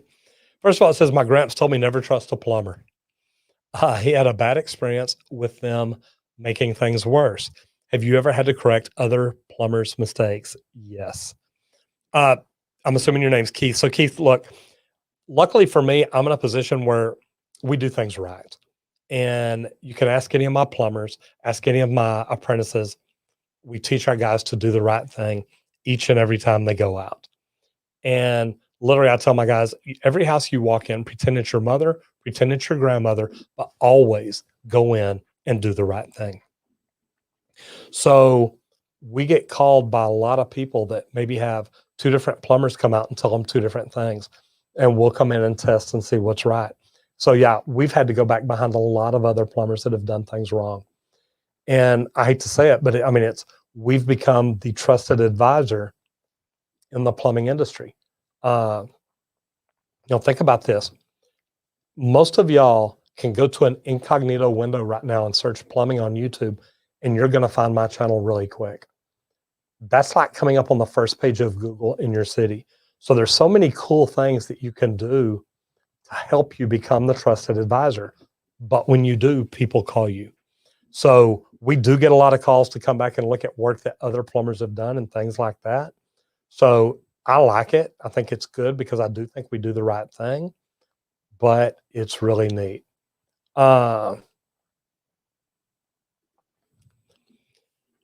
Andres Dalston says, cheers from Sweden. Love your videos. Keep it up. We have a similar platform in Sweden on Facebook. Plumbers Without Limits, a community, sort of. Love your vids. Future plumber in school. TM, keep it up. Andreas, man, good luck to you. I hope you stick with it and it works out well. It is really good. Already answered that one. There we go. Hit the like button if you hadn't. Yeah, if you hadn't hit the like button, and I don't know how many likes we've got, how many people are in here, stuff like that. The thing that I'll tell you is, look, we really do enjoy what we do. We have fun at it. If you do like it, then hit the like button. If you really like it, share it with somebody. Tell them, hey, y'all need to see this. If you know anybody in the trades or anybody that wants to get in the trades, this is great information to share and help them out with. Do I have a tip to solder pipe? I got a bunch of them. I made videos about it. Great stuff. Copper pipe, absolutely. There you go. Super J says Texas Green Plumbing is always hiring. You got to go through 3 interviews. You get interviewed by Amber. You get interviewed by Julie. Then you get an online questionnaire. And if you get through all that, then they'll bring you to me. So Super J, you're right. Love it. Let me look at that one. Hello from Ghana. Wow. Got a lot of people in here today. Super J says, buy your parents a new one. Amen. I could not be your dad. And I have not seen diesel water heaters.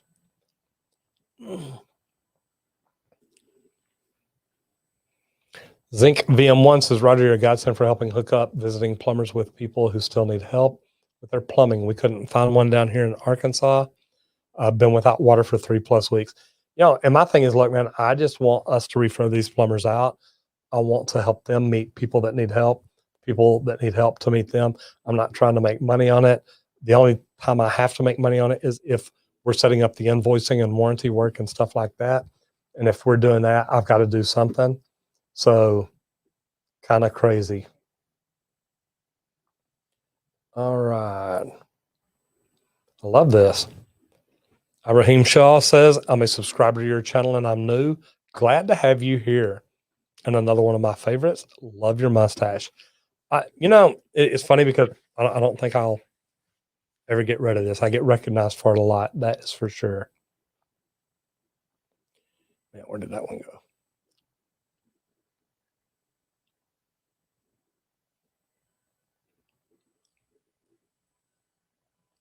Look who's in here. Sean Strong is now in the house. Good to see you, brother.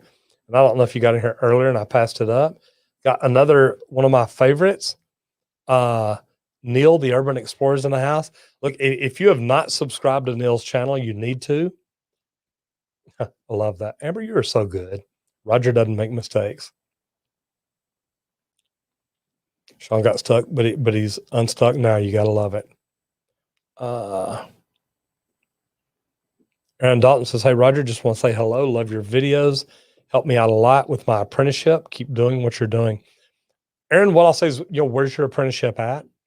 I love that. I mean, I have apprentices reach out to me all the time and say, hey, I just want you to know my instructor shows your videos all the time. I think it's great because at least then I know they're learning the right way. Any leaks from ProPress O-rings due to chlorine after a long time? None that I've seen. Here's a good one too. To become a construction superintendent, what kind of material do you recommend studying? I've been commercial carpenter for 6 years and looking to move up one day. Great information. Number one, I'd study construction management. I'd study leadership and things like that. Number one, you've got to be a good leader to get people to work and do the things that need to be done. So I think that is a great thing to do. But just learning to motivate people, lead them, teach them the right way, different things like that, man, can make all the difference in the world. I love that. All right, I'm going to jump back over in the forum real quick. Ash Pierre, I love solar water heaters. Anytime you can take free energy like the sun and do something like that, it is amazing. Fava Brutta says, oh, hello. I follow you like 2 weeks, but you are so nice. Hello from Italy. Good to have you in here. I love that. Nicole, it's not quite that easy. But I'm sure if you talk to Julie and Amber, they would ship me anywhere in the world. They would love to get rid of me. 75 likes, that's it, man. I gotta pick up my game. I'm doing something bad. Starting construction site. Any tips for safety? Here, let me hit these here real quick. Okay, Saul says, fellow plumber is Massachusetts. Hope you guys and girls are making out okay down there in Texas. Man, we are. I'm assuming you're from Massachusetts. I've got a couple of plumbers here from Vermont in town to help. I think that's great. Thank you. Roberto Rodriguez says, I'm 18, just starting in construction site. Any tips for safety? Number one, always wear work boots. Watch where you're stepping. Wear your gloves and safety glasses. That is huge. Josh Miller says, plumbing apprentice who was laid off. Anyone need any help? Josh, where are you located? Put that down in there. That way people know. Oh, there you go. I'm in Wisconsin school. There's a lot to learn, but it's totally worth it. Absolutely. Jason C., I've actually seen houses that have urinals in them. So it's not just commercial, but normally with the cost of them and roughing them in, that's normally where it works from.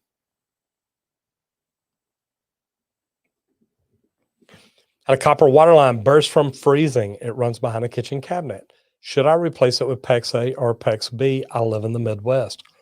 You can replace it with whatever you want to replace it with. Here's the thing.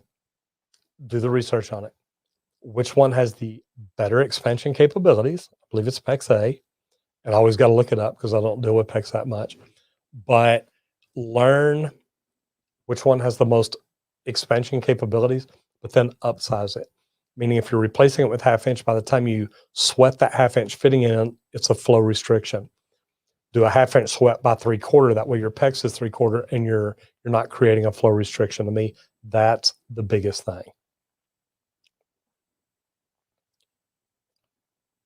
All right. Yeah, and we have repaired so many water lines, water leaks in the last few weeks. And here's a good one. It says, Roger, why do people in Texas not insulate their pipes? Texas recently had an ice, snow, big power outage. Everyone's pipes were bursting and cracking. Number one, we do insulate the pipes, but they're not prepared for temperatures here. I woke up one day a month ago, it was -2 degrees. I don't think I've ever seen that in Dallas. And it doesn't happen very often. So do you spend a whole lot of money preparing for what normally doesn't happen? Or do you hope that the homeowners are smart enough to turn on faucets and let them drip? That way you don't have an issue. I've got water lines that run through my attic. I didn't have a freeze break, but I knew it. And before the freeze, I started letting them drip. So I stayed prepared for it. Thanks for the content. What's the point of an employer wanting to put your license in his company while you work for him? If you mean your driver's license, is it because you're driving his company vehicles? Or Leslie, are you talking your master's or something like that? We make a copy of everybody's plumbing license and driver's license because they're driving our vehicle and they're doing plumbing. We have to make sure that they're licensed to do what they're supposed to do. Lucretia Waterman says, hello, Russia. How are we doing?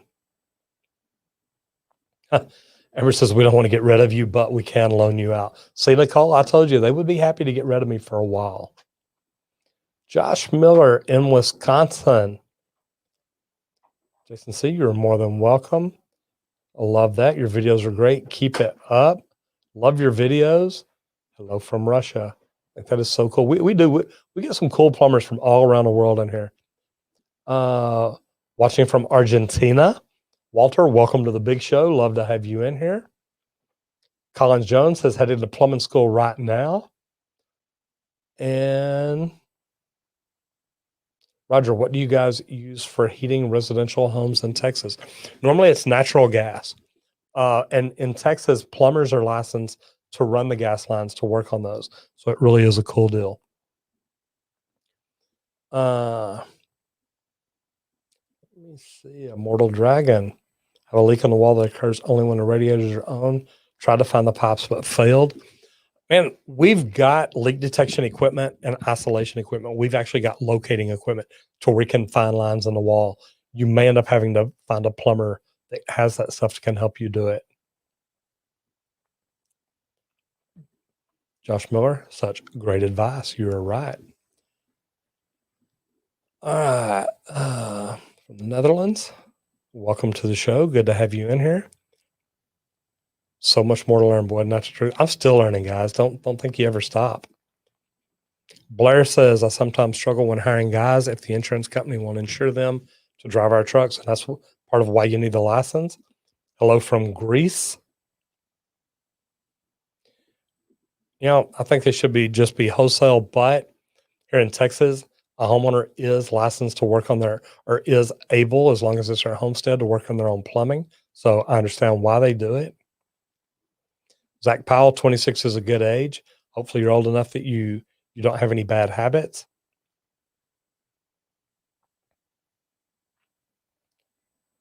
Carlos says, love the channel, Roger. I'm going to donate to your channel because I love what you do and I'll never stop supporting this industry. And look, this is a phenomenal industry. I think it's great. So, man, I appreciate it. Neil says hello to Grayson. And Grayson says, what's your favorite Roger Wakefield episode? And yeah, 26 is young. I'm sure you feel old enough. Boy, isn't that the truth? So, all right, I'm going to jump back over into the forum for just a little bit.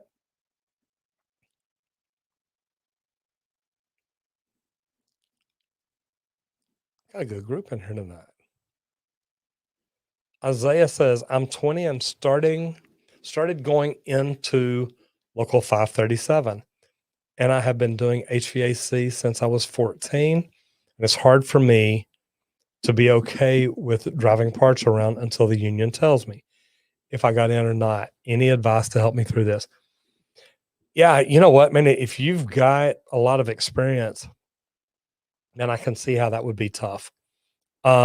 Maybe go talk to the owners of the company and say, man, look, I like you guys. Here's what I like about the company, but I feel like I'm wasting my time just driving parts around, and just talk to them. But don't get me wrong, be ready, because they may say, well, that's the only job we got, so either take it or leave it.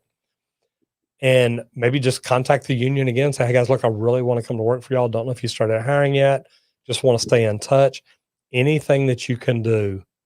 But man, I completely understand.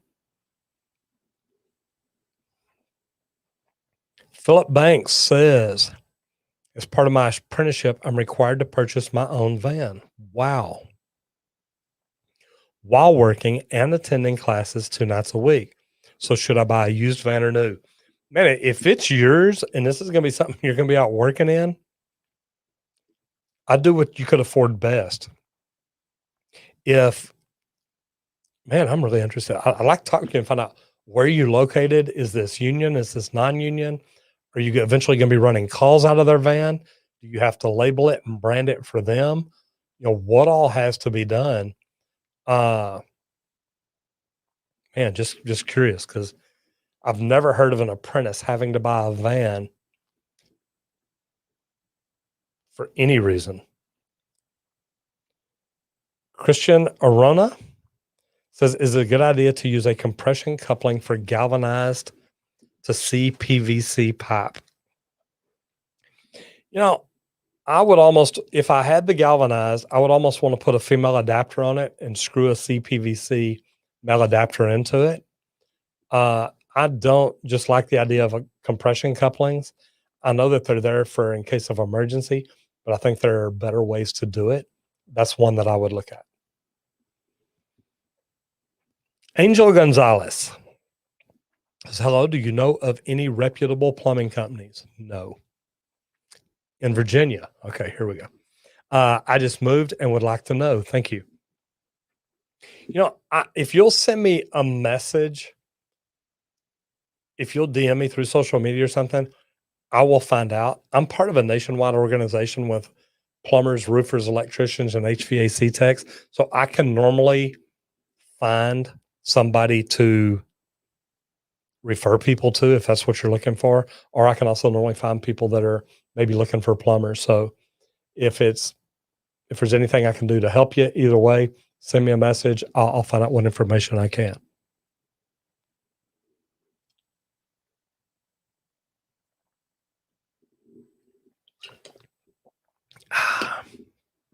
Sorry about that. Sure did. Tastes good though. Next one in the forum. And guys, if you've still got questions, please jump over in the forum and let me know. Joseph says, to become a construction superintendent, what kind of material do you recommend studying? I have been a commercial carpenter for 6 years. You know, here's what I would do. I would reach out to a college near you, maybe even a junior college, see if they have a degree in construction management. That is really going to help you a lot, because you're going to learn budget, you're going to learn motivation, you're going to learn a lot of different things. Getting a degree in construction management, I know when you're in the UA, when you're in the United Association, in the apprentice training program, you can actually go through the they've got the UA University or whatever. You can actually take construction management while you're going through your apprentice training program. And I think that's so phenomenal. And I don't see why more people don't do it, because I do. I think it's such a cool deal. Great question, Joseph. Paul says ABS or PVC. And that's a good question, because I saw a comment in here earlier about an ABS coupling being able to fit inside a pipe. Here's one thing that I'll tell you is, here in the North Texas area, it's almost all PVC. I don't know. I have seen, and I do know, I've seen 2 jobs ever that had ABS. And one of them was just recently. If y'all ever saw the video I did about the plumber who poured concrete down a customer's drain, that turned out to be ABS pipe. And then there was another one that I had done a long time ago. So, what I would say is, look, there's a reason that it's different in different places. I'm not sure what that reason is, but I will tell you this. I love the Schedule 40 PVC that we use. I think it's great. Love working with it. It's just, and there's always something else. There's always a different way. And it's pretty cool. Based in Dublin, Ireland, with a company called CAC Plumbing. Good to have you in here.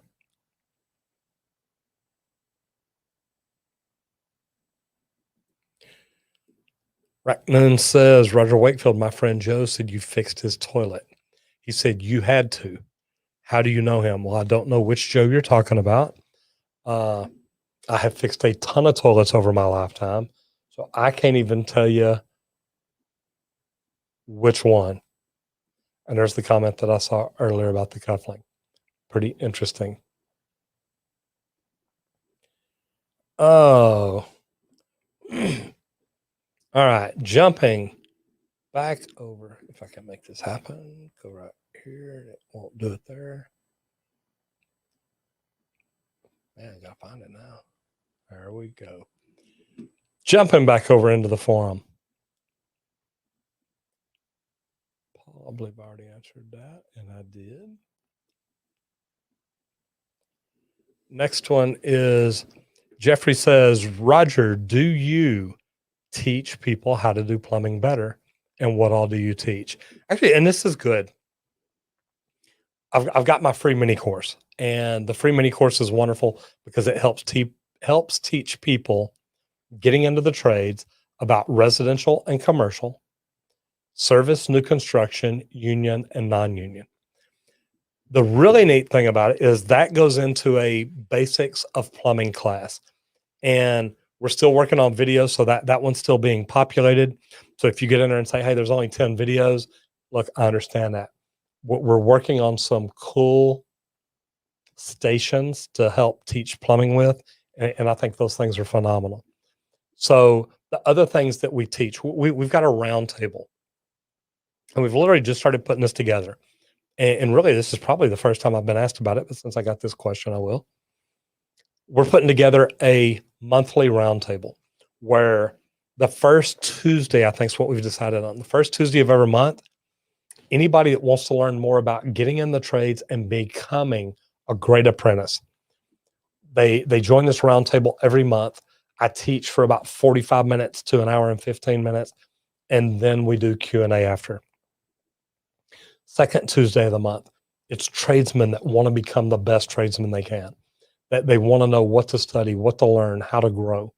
The third Tuesday of the month is tradesmen that want to open their own company. And we talk about what kind of things, licensing, insurance, what all do you need in place in order to open your own company. And then the last Tuesday of the month will be residential company owners that want to learn to use social media to grow their business. And I got to tell you, is number one, look, I've done all these things. So me putting these courses together has been fantastic. I've literally asked people a lot of questions, looked at a lot of comments on our videos, looked at questions we've asked in some of our YouTube videos, and gone back and put this together to help people. Look, you can go to straight out of high school into the trades, and within about 5 years, you can be making $100,000 a year. And you're not going to have any college debt to pay back. You're not going to have anything like that. So it really is such a great opportunity. And what I teach is not just plumbing. It's how to get into the trades, how to become a better tradesman, how to start your own trades company, and how to use social media to grow your residential service company. So, man, hope that helped. Yes, we do. And anybody interested in it, leave a comment down below and say, look, when you start doing the round tables, I'm in. Next one is Michael Bouchard. Michael says, do you prefer wax seals or synthetic? Man, I'm an old school plumber. I still love the wax. I'm wanting to play with the wax seals or the synthetic and test them and see what they do. But man, me being an old school plumber, I'm used to wax. It is what it is. Manusos says, hello, my name is Manusos and I live in Greece. I am currently finishing school as a plumber, and I was wondering if you could give me some tips. Absolutely. Number one, never stop learning. Just because you're finishing school, just because you're getting out and becoming a professional, there's still a lot to learn. Never stop learning. And tip number two is always try to do the right thing for your customer. If you will have that mindset and that attitude, you'll be phenomenal. Best advice I can give you. Next advice, watch every video that I've got because I teach you how to do these things. Wanyadil says, I just lost my mentor. He passed away while staying at my house. He owned a small plumbing company out here in the Bay Area. Since his passing, I haven't really worked on plumbing. I'm afraid that a time may come when I need to call him for a question. What's the advice you would give anyone who lost a plumbing mentor, and how would you deal with this? You know, the neat thing is that there's a lot of other plumbing mentors out there. And I tell every apprentice that is going to work at an open shop company, I hope you go to work for a good plumber, because a good plumber is going to take you by the hand and teach you the right way to do things. So, you know, what I will tell you, Juan, is find another good plumber. Find somebody you like, somebody you trust, somebody you can talk to, and it'll help you. It will literally make it where you can learn more things. And to me, that is such a big deal. And I love the fact that you're like, look, I understand I'm going to want to reach out and ask somebody. I'm going to want to ask people questions.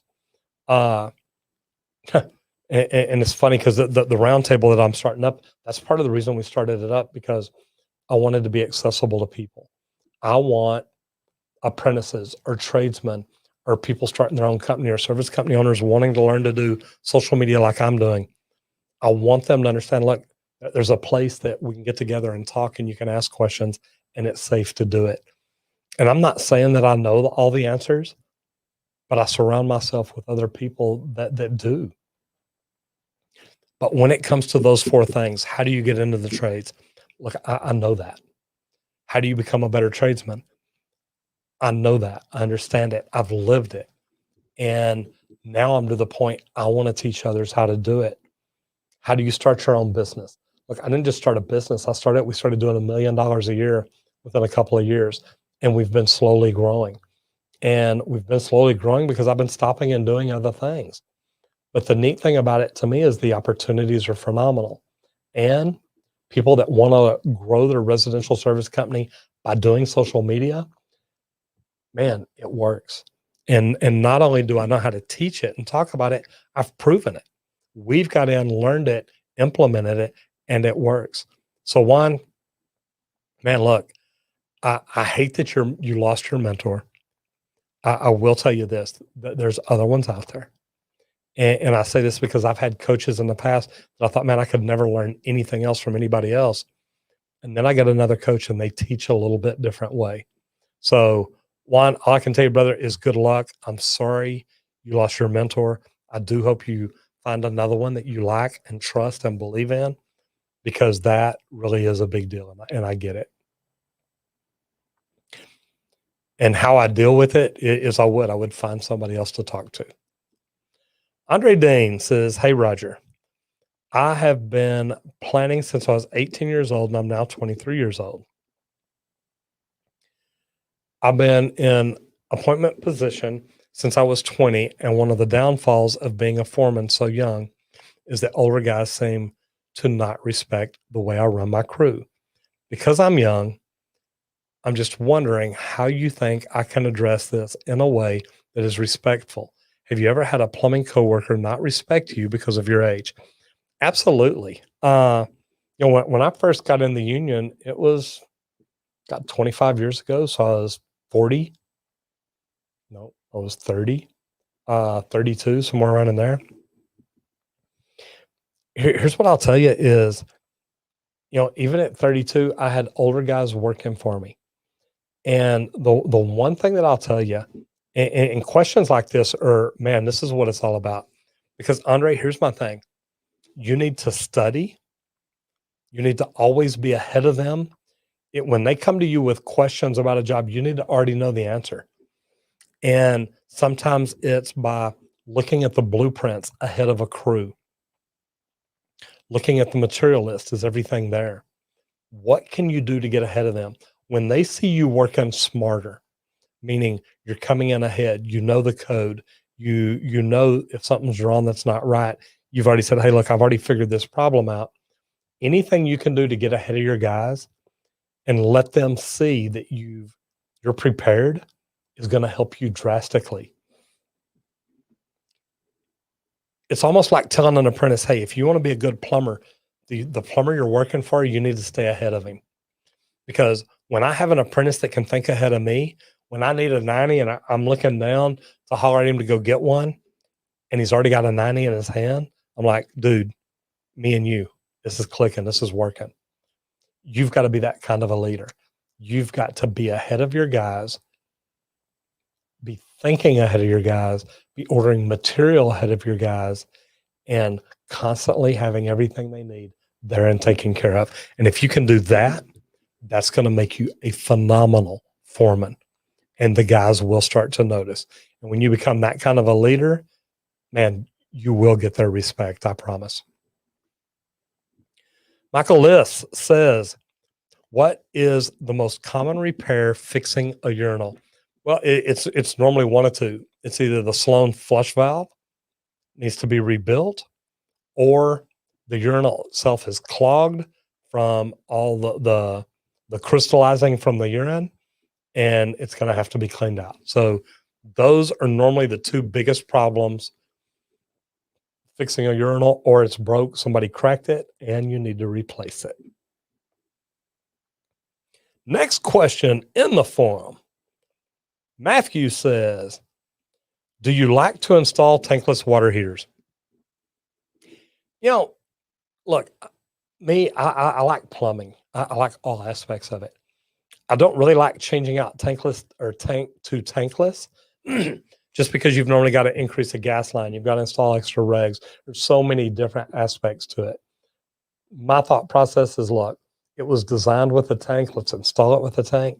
Pretty soon somebody will come out with a hybrid or something that works just as well and saves as much energy and does it right there in that small space. I don't mind installing tankless water heaters. I actually like them because they're small, light, and easy. You can just see the edge of it here.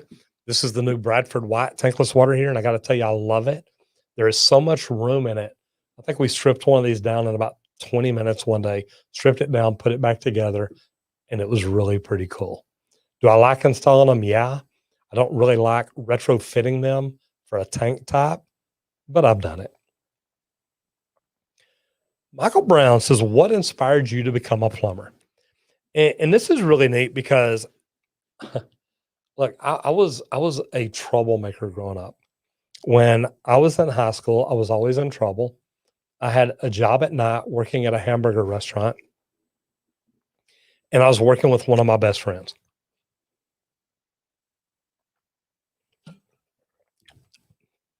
It was one night, middle of the week, school night. Things were going slow. And he looked at me one night and he says, hey, are you going to do this forever? Now, think about this. At the time, I'm 16 years old. I'm managing a restaurant. I'm making decent money. And I just looked at him. I said, dude, man, life is good. I look at me, I'm 16 years old, I'm managing a restaurant. And he said, so who's going to hire you if you quit or get fired? Who's going to hire a 16-year-old restaurant manager? And I literally looked at him and I thought, man, I have no idea. He told me about his father and his three older brothers, who were all plumbers. And they all loved what they did. They made good money, but they really loved what they did. And the one thing that he said that night, he said, look, robots will never be able to do this job. And man, that one clicked. I was like, wow, I can see that. So it probably wasn't 2 or 3 weeks later, I either quit or got fired.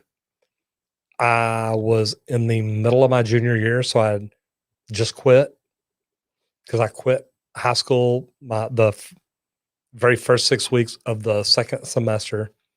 So it was the second half of the year. I quit, called one of his brothers, got a job plumbing, got into plumbing and realized, man, I love this. Now, the cool thing about it is I knew I needed my diploma to get my license. So I went back, I graduated with my class. And after I graduated, I got back into plumbing. So that's really the kind of short, long version of it, Michael Brown. I hope that helps you. What I will tell you is, look, I love plumbing. I'm glad that I got into it because I truthfully think this is a trade. Anybody in here right now that's not a plumber that's thinking about getting into the trades, this is a trade that can change your life. You can literally learn your way up out of any situation you're in. You don't like the fact that you only make minimum wage? Join the trades. You don't like the fact that you can afford your apartment or house or whatever? Join the trades.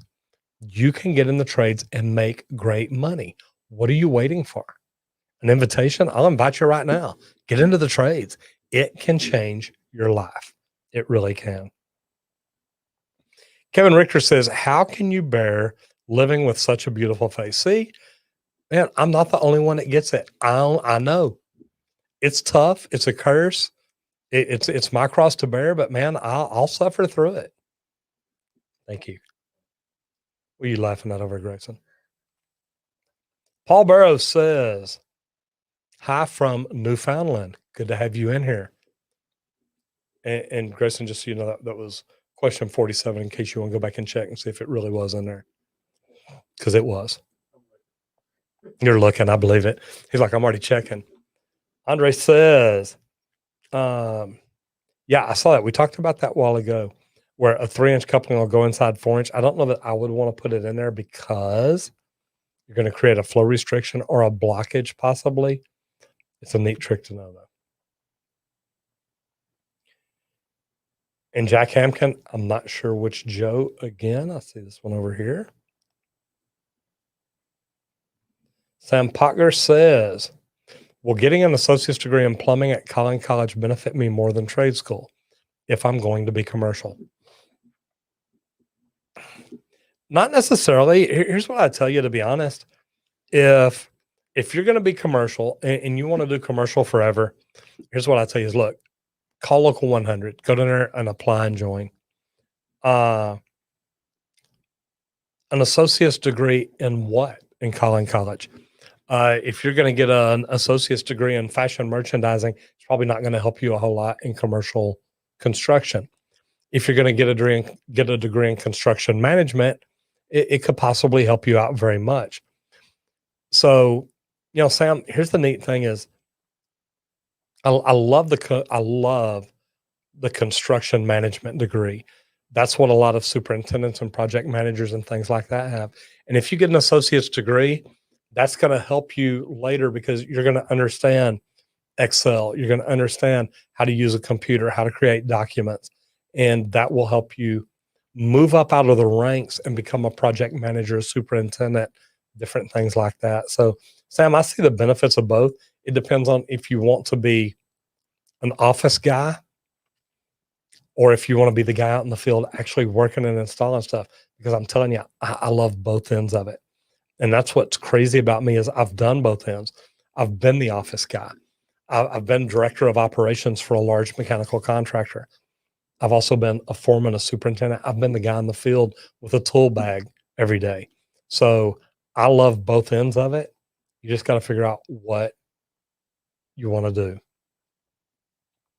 Troy Hallman says, I'm trying to sell a meter dog install. Man, I love it. I hope you've watched my video and learned a lot about it. Troy, tell me where you're located. I actually went down to Austin last weekend, installed one down there on a property that we think's got a leak. And it's really pretty cool because this will tell me how big the leak is and what I can do to help find it. So, man, I love that. I'm telling y'all, if you have not checked out Meter Dog, you need to.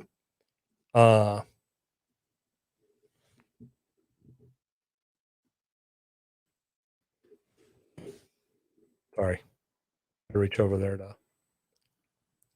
do my deal, and let me see if it'll let me do this.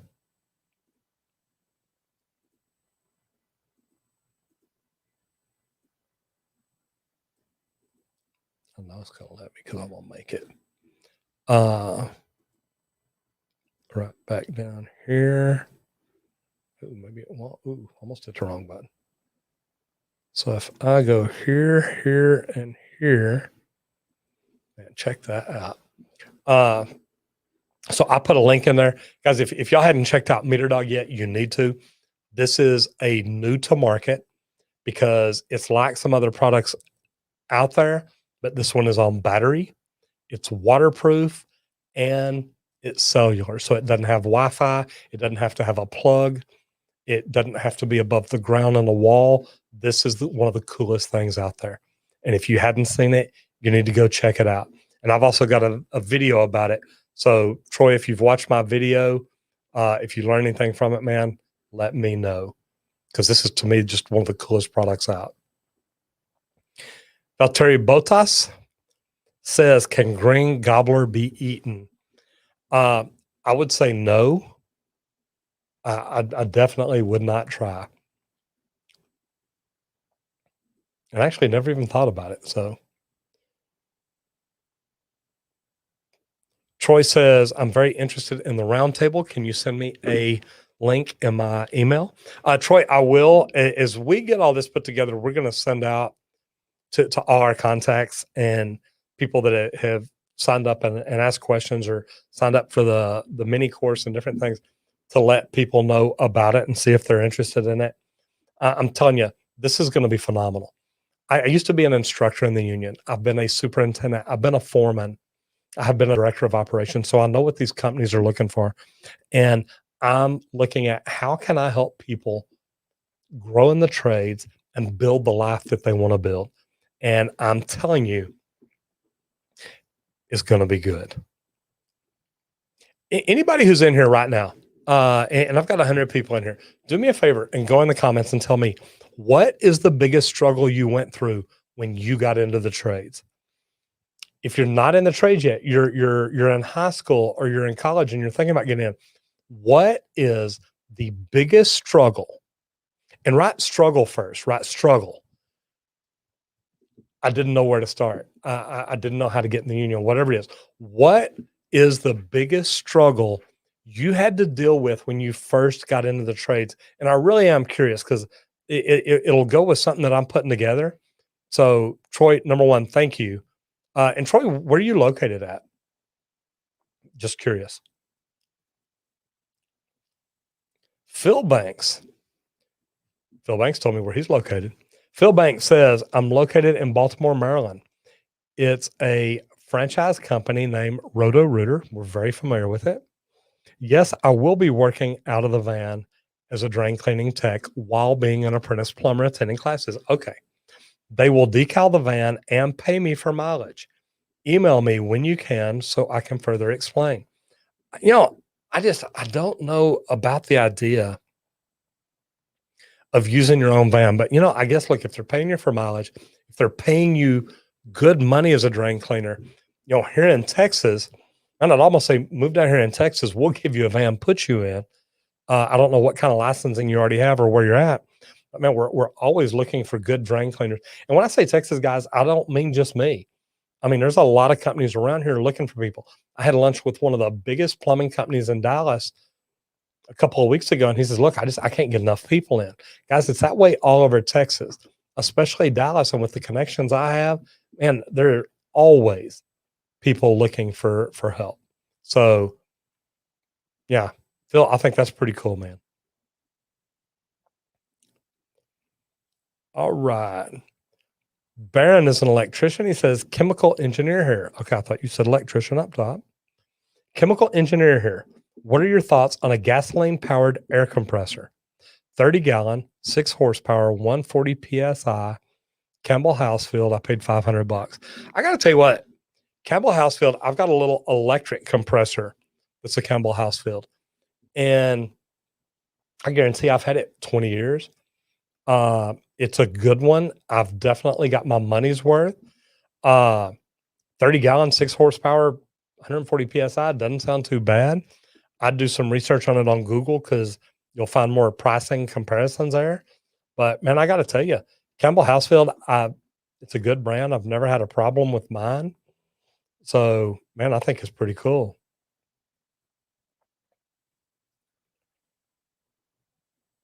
Good question here.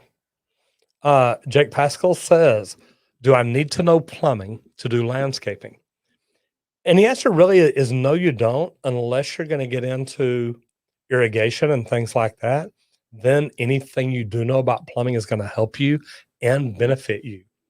So yeah, that's a good question. You don't need to know about plumbing to get into landscaping, but I promise you, the more you know about plumbing, the more it will help you.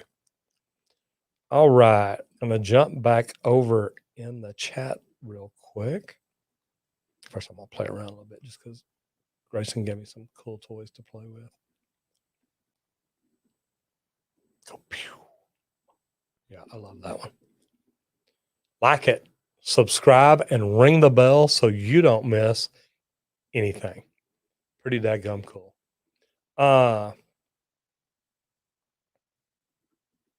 All right. Go right back up to here and get rid of that one.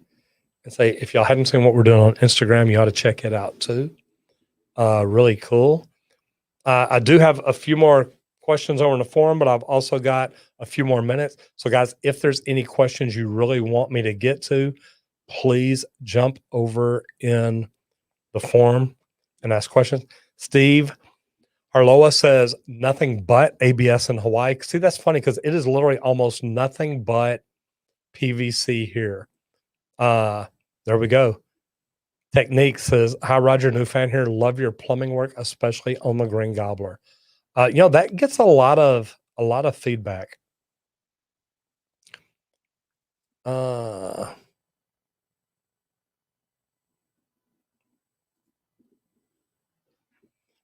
Troy Hallman says that's the only company I know that's the only reason why I know is they did that to me 6 months ago. Yeah, Roto-Rooter. There you go. Good call, Troy. So Troy, if you're still in here, you've heard the couple of questions back and forth. Was it worth it to you to buy your own van, use your own van, and use it like that, or would you recommend him going somewhere else? And I'm asking because I'm assuming you're in here, you know about it. What are your thoughts on it? Just curious. All right, scrolling down. Nothing but ABS. I get it. Oh, here's a good one. Roger, what if my toilet is clogged with human hair? What would you recommend? Quit brushing your hair and cleaning your comb or brush into the toilet. I don't know why your toilet would be clogged with human hair, but I guess it's possible. I would probably want to use like a closet auger. I'd want to use something to grab it and pull it out, not just push it further down. That way you don't cause another blockage. And this is a good one too. Johnny P says, I have a question about apprenticeships. Once you start one, is there a way to transfer to another state, or do you have to complete it where you start it? And here's what I'm going to tell you about the union. If you're in the union, once you complete a year or a full semester, you can transfer as long as you have the training director reach out to where it is you're wanting to move to, see if they need an apprentice, see if they can put an apprentice on. And if there's room and they can do that, your Apprenticeship will normally transfer. If you're open shop, yeah, it can. Here's what you're going to need to do. And I'm going to have to find that comment again. Here's what you're going to need to do. Say you were moving to Texas. You would have to reach out to,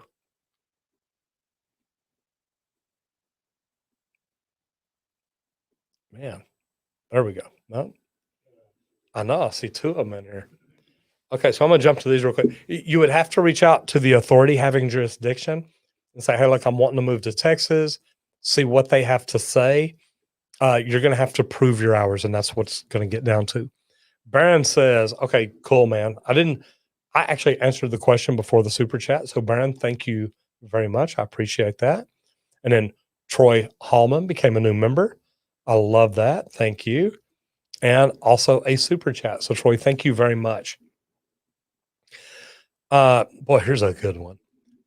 Acorn Gaming says, do you like shark bite? Apparently you hadn't seen my video. I really don't like shark bite, but I will tell you there is a point in time for them. And what I mean by that is if it's an emergency and you're just capping off a line and you're literally doing that just to turn water back on or something like that, you can always come right back and change it out. And I understand that. Do I like shark bite as a permanent installation? No. I've repaired too many of them. I've seen too many repaired. No, not at all.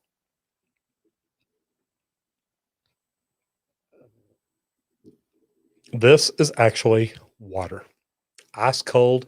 I drink Mountain Valley water, and I've got or had ice in here.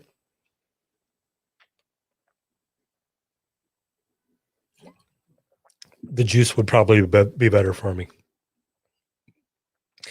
I love this.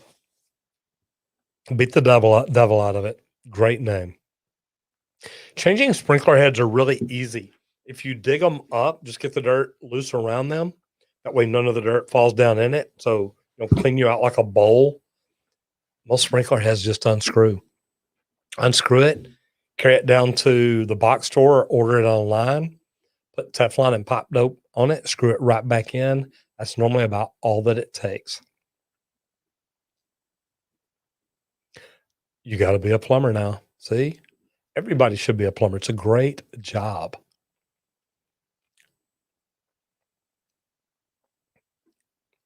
Baron, man, I caught it and jumped back. So thank you very much. Yes, I did. I'm here. How far out of your leaf shower valve when doing scratch shower walls? Cesar, here's the deal. You got to look at the manufacturer's recommendation because they're all different. And make sure that you do it. Make sure that you look at it and figure out if you don't get it right, it can be a problem later. Commercial HVAC guy here. I love that. So Spicy 207 here. This is a good question for you. Did you know you were going to be commercial before you got in? And I ask that because I'm always recruiting people into the trades here. And one thing that I talk about all the time is when I first got in the trades, I knew I was going to be a plumber. That was it. I didn't know if I was going to be residential or commercial, union or non-union, service or new construction. What all did you know about HVAC before you got into it? Did you know what kind of HVAC technician you were going to be or not? How did the storm in Texas affect you? We got a little rain out of it, and that was about it. How to count fixture units for a water line, Roger? Great question. What you've got to do, you've got to get a code book that actually has all the units in there, and that's how you size your water lines. So, man, learning to do that the right way is phenomenal, but you've got to have a chart with you. That way you know what fixtures are equivalent to how many fixture units, how to add it up. That way you size everything perfectly. Pops froze, so they couldn't drink water. And we had that problem a while back. We're just about out from under it now. No, I am not retired. Okay, now this is cool. Ryan Hansen says, I just started as a plumber today. Been in the trades all my life, and everything Roger just said about how he got started Resonates 100%. You know, guys, the cool thing is the trades are phenomenal. Not just plumbing, all of them. I think plumbing is the best, but it's because that's what I got into, what I love, what I enjoy, and what I've done. But I gotta tell you, getting into the trades gives you opportunities that a lot of people are never gonna have. Neil, yes, it is fun. Quit.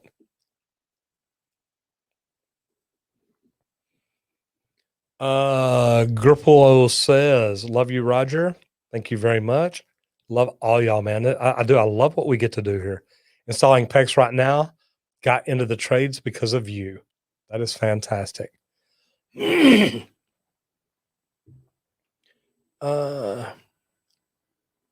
one here. Ryan says, yes, it's probably the most comfortable situation I've ever had. Work-wise, the plumbers I'm working with are very good people. There's a lot of support from all around. Ryan, man, if you're in a good spot, man, that is fantastic. Yeah. Grayson, we have had some great questions today. That's true. Let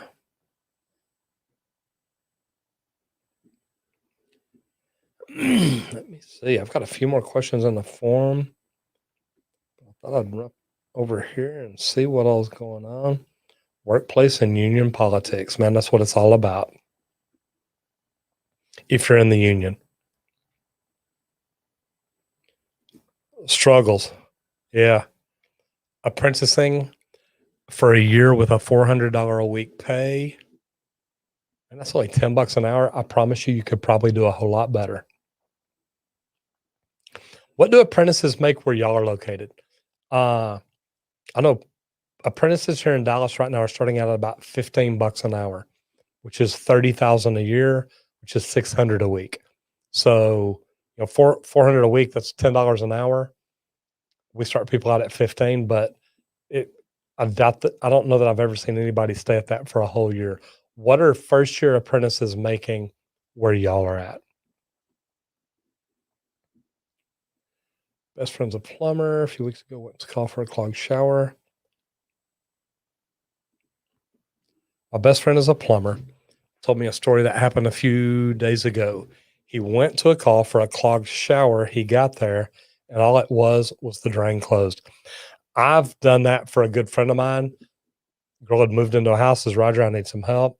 Need you to come over the back tub. The back tub won't drain. I get over there. It's a trip lever assembly. Popped it up. Boom, it drained perfect. Crazy. Yeah. If you're only making $10 an hour in electrical, switch over to plumbing, you'll make more money. And is electrical hard? No. After you get shocked 5 or 10 times, you won't even care what you're doing anymore. I'm joking. Someone needs to put Roger Wakefield in an auditorium full of young people with Mike Rowe speaking with him. You know, I'd actually reached out to Mike Rowe years ago about, you know, wanting to help him do stuff. And they just told me, look, Mike Rowe's too busy to talk to you. I love helping people, and I want to help recruit to the trade. So I do. I love what I do. I think if I ever got the opportunity to interview Mike Rowe, I would. So kind of interesting. Amber says, the hardest part for me was just the lack of knowledge. You just can't learn fast enough.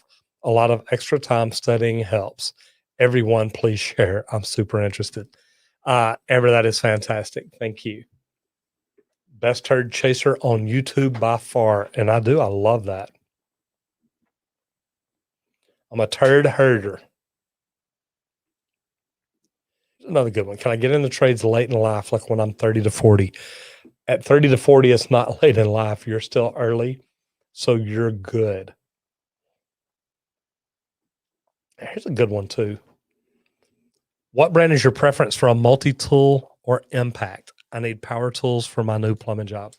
Jalen, I'm going to tell you, for my multi-tool, I love the Leatherman Crunch.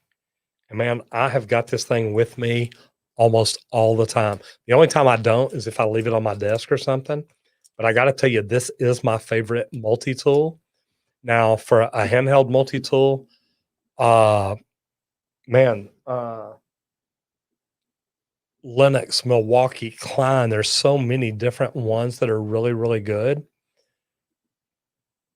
And this is something too I'm wanting to try. Jacob, is Knopex worth the pipe?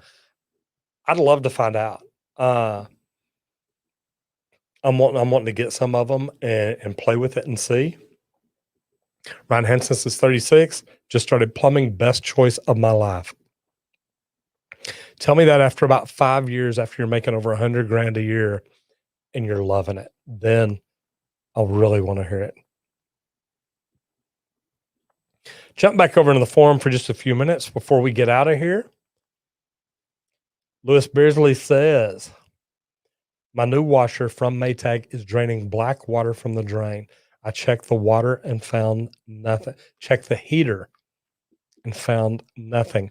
There could be a bad washer in there. You may want to take it apart, take the hoses apart. See if you've got an old black O-ring washer in there. That could be it. If not, I'd call Maytag and say, hey, why are we having problems with this thing draining out black water? That doesn't make sense.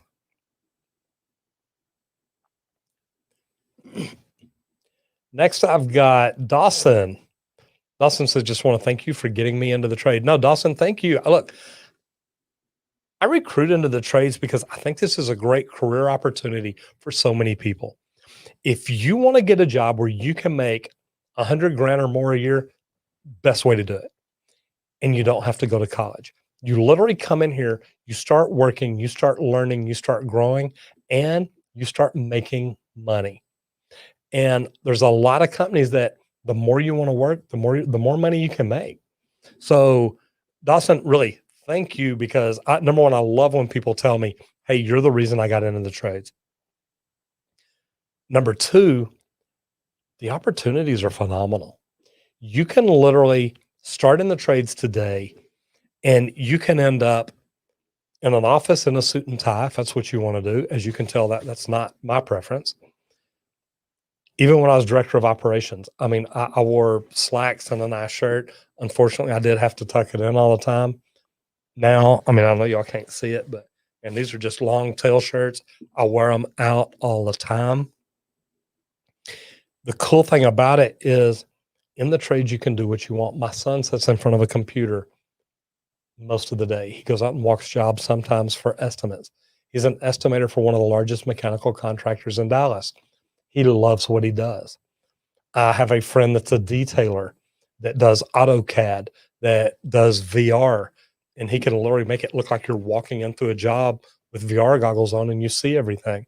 So the opportunities are amazing. And I know that we're going to be getting off here in a little bit. I want to tell the 100 and some odd people that are in here, look, in about 20, 25 minutes, we've got our normal Monday video coming up. Do me a favor, hang around, watch it, share it, like it, comment about it, tell people about it. It really does. It helps boost the algorithm. And I got to tell you, you'll enjoy it. All right, back to the forum real quick. People have been coming over here asking a bunch more questions. Not a bad problem. Aaron Barton says, moved into a house almost a year ago. There isn't a water main shut off in the home. How likely is the street shut off to break if I need to shut it off to fix the plumbing issues? Here's what I would tell you, and it depends on really where you're located, Aaron. And number one, Barton is my middle name. But the cool thing about it is, and I don't know where you're located, here in Texas, water comes out of the meter, goes up to the house. There's normally a valve box at the house somewhere to shut the water off there. So there's always supposed to be another way to shut the water off. Most municipalities don't want you in their meter box, but in case of a flood, it may be a good idea to go down to the box store, get online, go to Ferguson.com, order a meter key to unlock your meter and turn the water off. Any tool you need, you want to make sure you have it and you know how to get to it in case there's ever a flood. So, Mr. Barton, thank you very much. Sam Ham back in the house. WWRD, what would Roger do? I installed a sump pump 11 months ago in an elevator pit. Warranty's 12 months. They removed the pump and also changed around my piping, making it not to code. They now want a free pump. I say they voided the warranty, so they pay for the pump. I will install it for no labor cost. They are saying that's unacceptable. Whose side are you on, Judge Roger? Here's the deal. If they've rechanged the piping and that caused the pump to fail, then it's on them. Hopefully you've got pictures where you can say, look, this is how I installed it. This is not what was done now. That will CYA.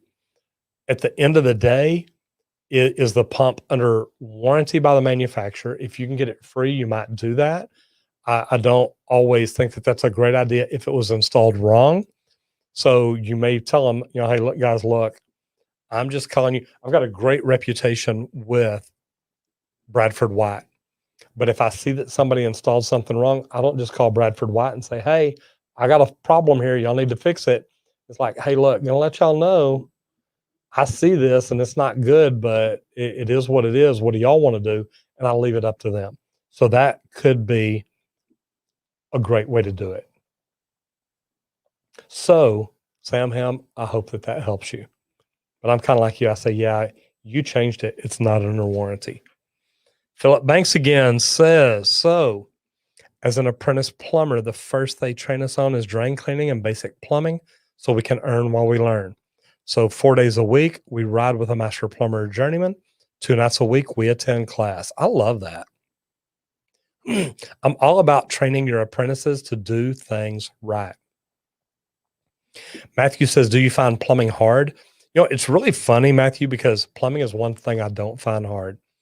I think it's something that anybody can do. I think it's something that if it's just like tying your shoes, you learn how to do it. And once you learn how to do it, it really is easy.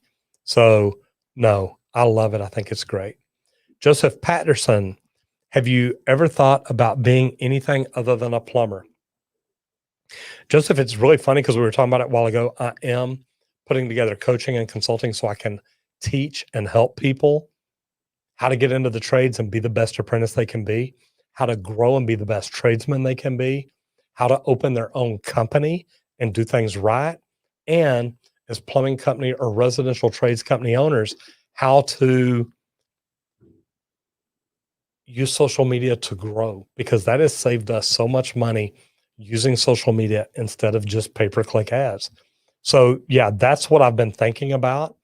And we've got a great opportunity. So I think that we're going to expand on that. Ballesteri says, thoughts on combi boiler units. Just installed my first unit in a customer's house today and they love it. Here in Texas, we don't use a lot of combi boilers. I know they do up in the Northwest for heat and radiant heat and stuff like that. I think there's a great place for them. We just don't use a lot of them here. So believe it or not, I've never even seen one. May have to put that on my list. Nathan, best way to support PEX A in crawl, transition to wall cavity and stuff like that. I love using standoff clamps. The split ring type where you can wrap it with a poly wrap and secure it. I don't like just hanging it. I don't like just laying it on the ground. I always believe you need to support everything you do, and I think that it will benefit you in the long run. And look, man, PEX A, it's made for it, so you're going to be good. Matthew Mayes says, I'm thinking between HVAC, electric, and plumbing, but I'm really considering plumbing. What is the strain on the body like? I want to do a trade, but I don't want to break my back doing it. And this is good because, Matthew, here's what I'll tell you is, I think it's going to be the same for any of them. An HVAC guy's got evaporators and condensers and, hold up duct while you screw it and different things like that. The electrician, same way you got panels, you've got things like that. Plumbers have water heaters. Look, there's a lot of work to any of it. But one of the very first questions asked tonight is, look, I work out, I eat right, I take care of my body. Is plumbing still going to be hard on me? Yeah, it is if you don't do things right. What I will tell you is, in any one of those trades, have an apprentice with you to help lift the heavy stuff, help get it in position, help secure it, and things like that. You can take a load off your body, and your body's going to appreciate it. Russell says, I've worked maintenance for over 4 years, jack of all trades, master of none. First step to becoming a plumber. Man, first step is you're here. Learn everything you can here. It's going to help you, because I talk about how to get in the trades, how to get better at the trades, how to become a master at the trades. What I would tell you is, Russell, go watch my free mini course. Find out, do you want to do residential or service? Do you want to do new construction, or residential or commercial, construction or service, union or non-union? And I ask you questions in there that will help you figure that out. And if you've been doing maintenance, I'm assuming you're pretty mechanically inclined. You'll pick it up very well. Rodney McLemore says, in your opinion, would getting a business degree help my plumbing career? Currently working towards my journeyman and want to get my master's and start my own business eventually. You can get a business degree and it would probably help. It's not going to hurt you. It's going to help you by understanding accounting, accounts payable, accounts receivable, marketing, things like that. But there's also other companies out there you can learn those things through. So you don't have to go to college just to get a business degree. You can learn business through the School of Hard Knocks. Look, I was talking a while ago, we're putting together a year-long roundtable about things to do to start your own company, things to do to become the best tradesman you can be, the best journeyman. There's so many different things out there. I don't think you necessarily have to go to college. That's up to you if you want to. It's not going to hurt you. Milan, I don't know anything about Dutch plumbing, but it's one we can check out. We definitely checked out India. We've checked out Japan. Actually trying to set up a deal where we can do a Zoom call with a plumber over in the UK right now. So we're always looking at something great. Christopher Walkman, this is a good question. Says, should I focus on high school or should I study the trade I want to do? Number one, here in Texas, you've got to have your diploma or your GED to become a plumber. So what I would tell you is, look, get high school out of the way first. Get it knocked out. Enjoy your time. Then get into the trades as quick as you can. Start learning, start growing. You're doing good. You're here right now watching a video. I've got, almost 600 videos, I think, right now, to where we literally talk about plumbing. And you can get in here just about any night, watch it. And yeah, we're almost at 600. Tell me I can't see it because that thing on the bottom. Yeah, we're almost at 600 videos. You watch these videos, you're going to understand so much about plumbing when you get out and get started. It's going to put you ahead of most people. DJ says, new homeowner here, what's the biggest recommendation you have to avoid big issues down the road? If it's a brand new home, flush your water heater every year. And just keep an eye, listen to things. Your plumbing will talk to you. If you'll listen to it and take care of it, it'll save you money. Joey DeYoung says, any advice on how to call around asking businesses for apprenticeship with him? You bet. I've got videos about how to get started in the trades. Watch the companies that are on TV. First of all, take the free mini course and find out what kind of plumber you want to be. Then either go to the biggest construction jobs in your town, watch TV, figure out who's doing the hiring, and go from there.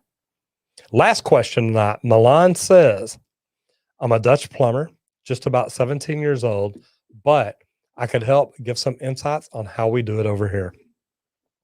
That's pretty cool. I am always looking for journeyman masters, normally somebody a little older than 17. Just 17. Yeah, if you're just 17 years old, I normally look for somebody with more experience. Nothing bad, and please don't take that wrong. But I normally want people, look, I've got 40 years experience. I've been plumbing twice as long as you've been alive. And I've seen a ton of things. Not saying interviewing you would probably be great to compare how you get into the trades over there to how you get into it over here. Things like that could be wonderful. So yeah, man, communicate with me. Definitely love to talk more with you and see what's going on. And man, we are going to, and I do have another, no, already did that one. Man, I think I've got most of it. Jace Murphy says, my toilet keeps on running. Do I need just a new flap? Maybe so. I've got one of my most popular videos is how to stop a running toilet guaranteed. I would say check it out, see if that will work for you, and hopefully it will. Guys, we are pretty much going to call it a night right there. If you have not followed us on Instagram, on TikTok, if you hadn't joined the subreddit, done anything like that, please go check these things out. And man, we do different things in different places. And the only way to get in there and learn it, figure it out, is to see what we do, because we teach differently everywhere we go. So what I want to say, guys, is number one, thank you all for being here. I really do appreciate it. Had some great people in here. Thank you for the questions. Thank you for the feedback. Thank you for the comments. Thank you for the super chats. It has been a wonderful Monday. I do appreciate y'all being here. Again, I want to say a special thanks to Black Mountain Mechanical. Came in from Vermont to help out here in Texas with the plumbing problems we're having. I want to say thank you to them. I really do appreciate them being here. Anyway, guys, I hope you've enjoyed this. Remember, in about 10 minutes now, we've got a video coming live. If you hadn't done it, please subscribe and ring the bell. That way you get notified. When the video comes out, watch it, comment on it, share it to your Facebook, to your Twitter, to wherever you've got, share it somewhere. And it really does help us out. Anyway, hang around for about 10 minutes and let me know what you think. I'm Roger Wakefield, Lead AP, the expert plumber. I'll see you in the next video if you don't get flushed.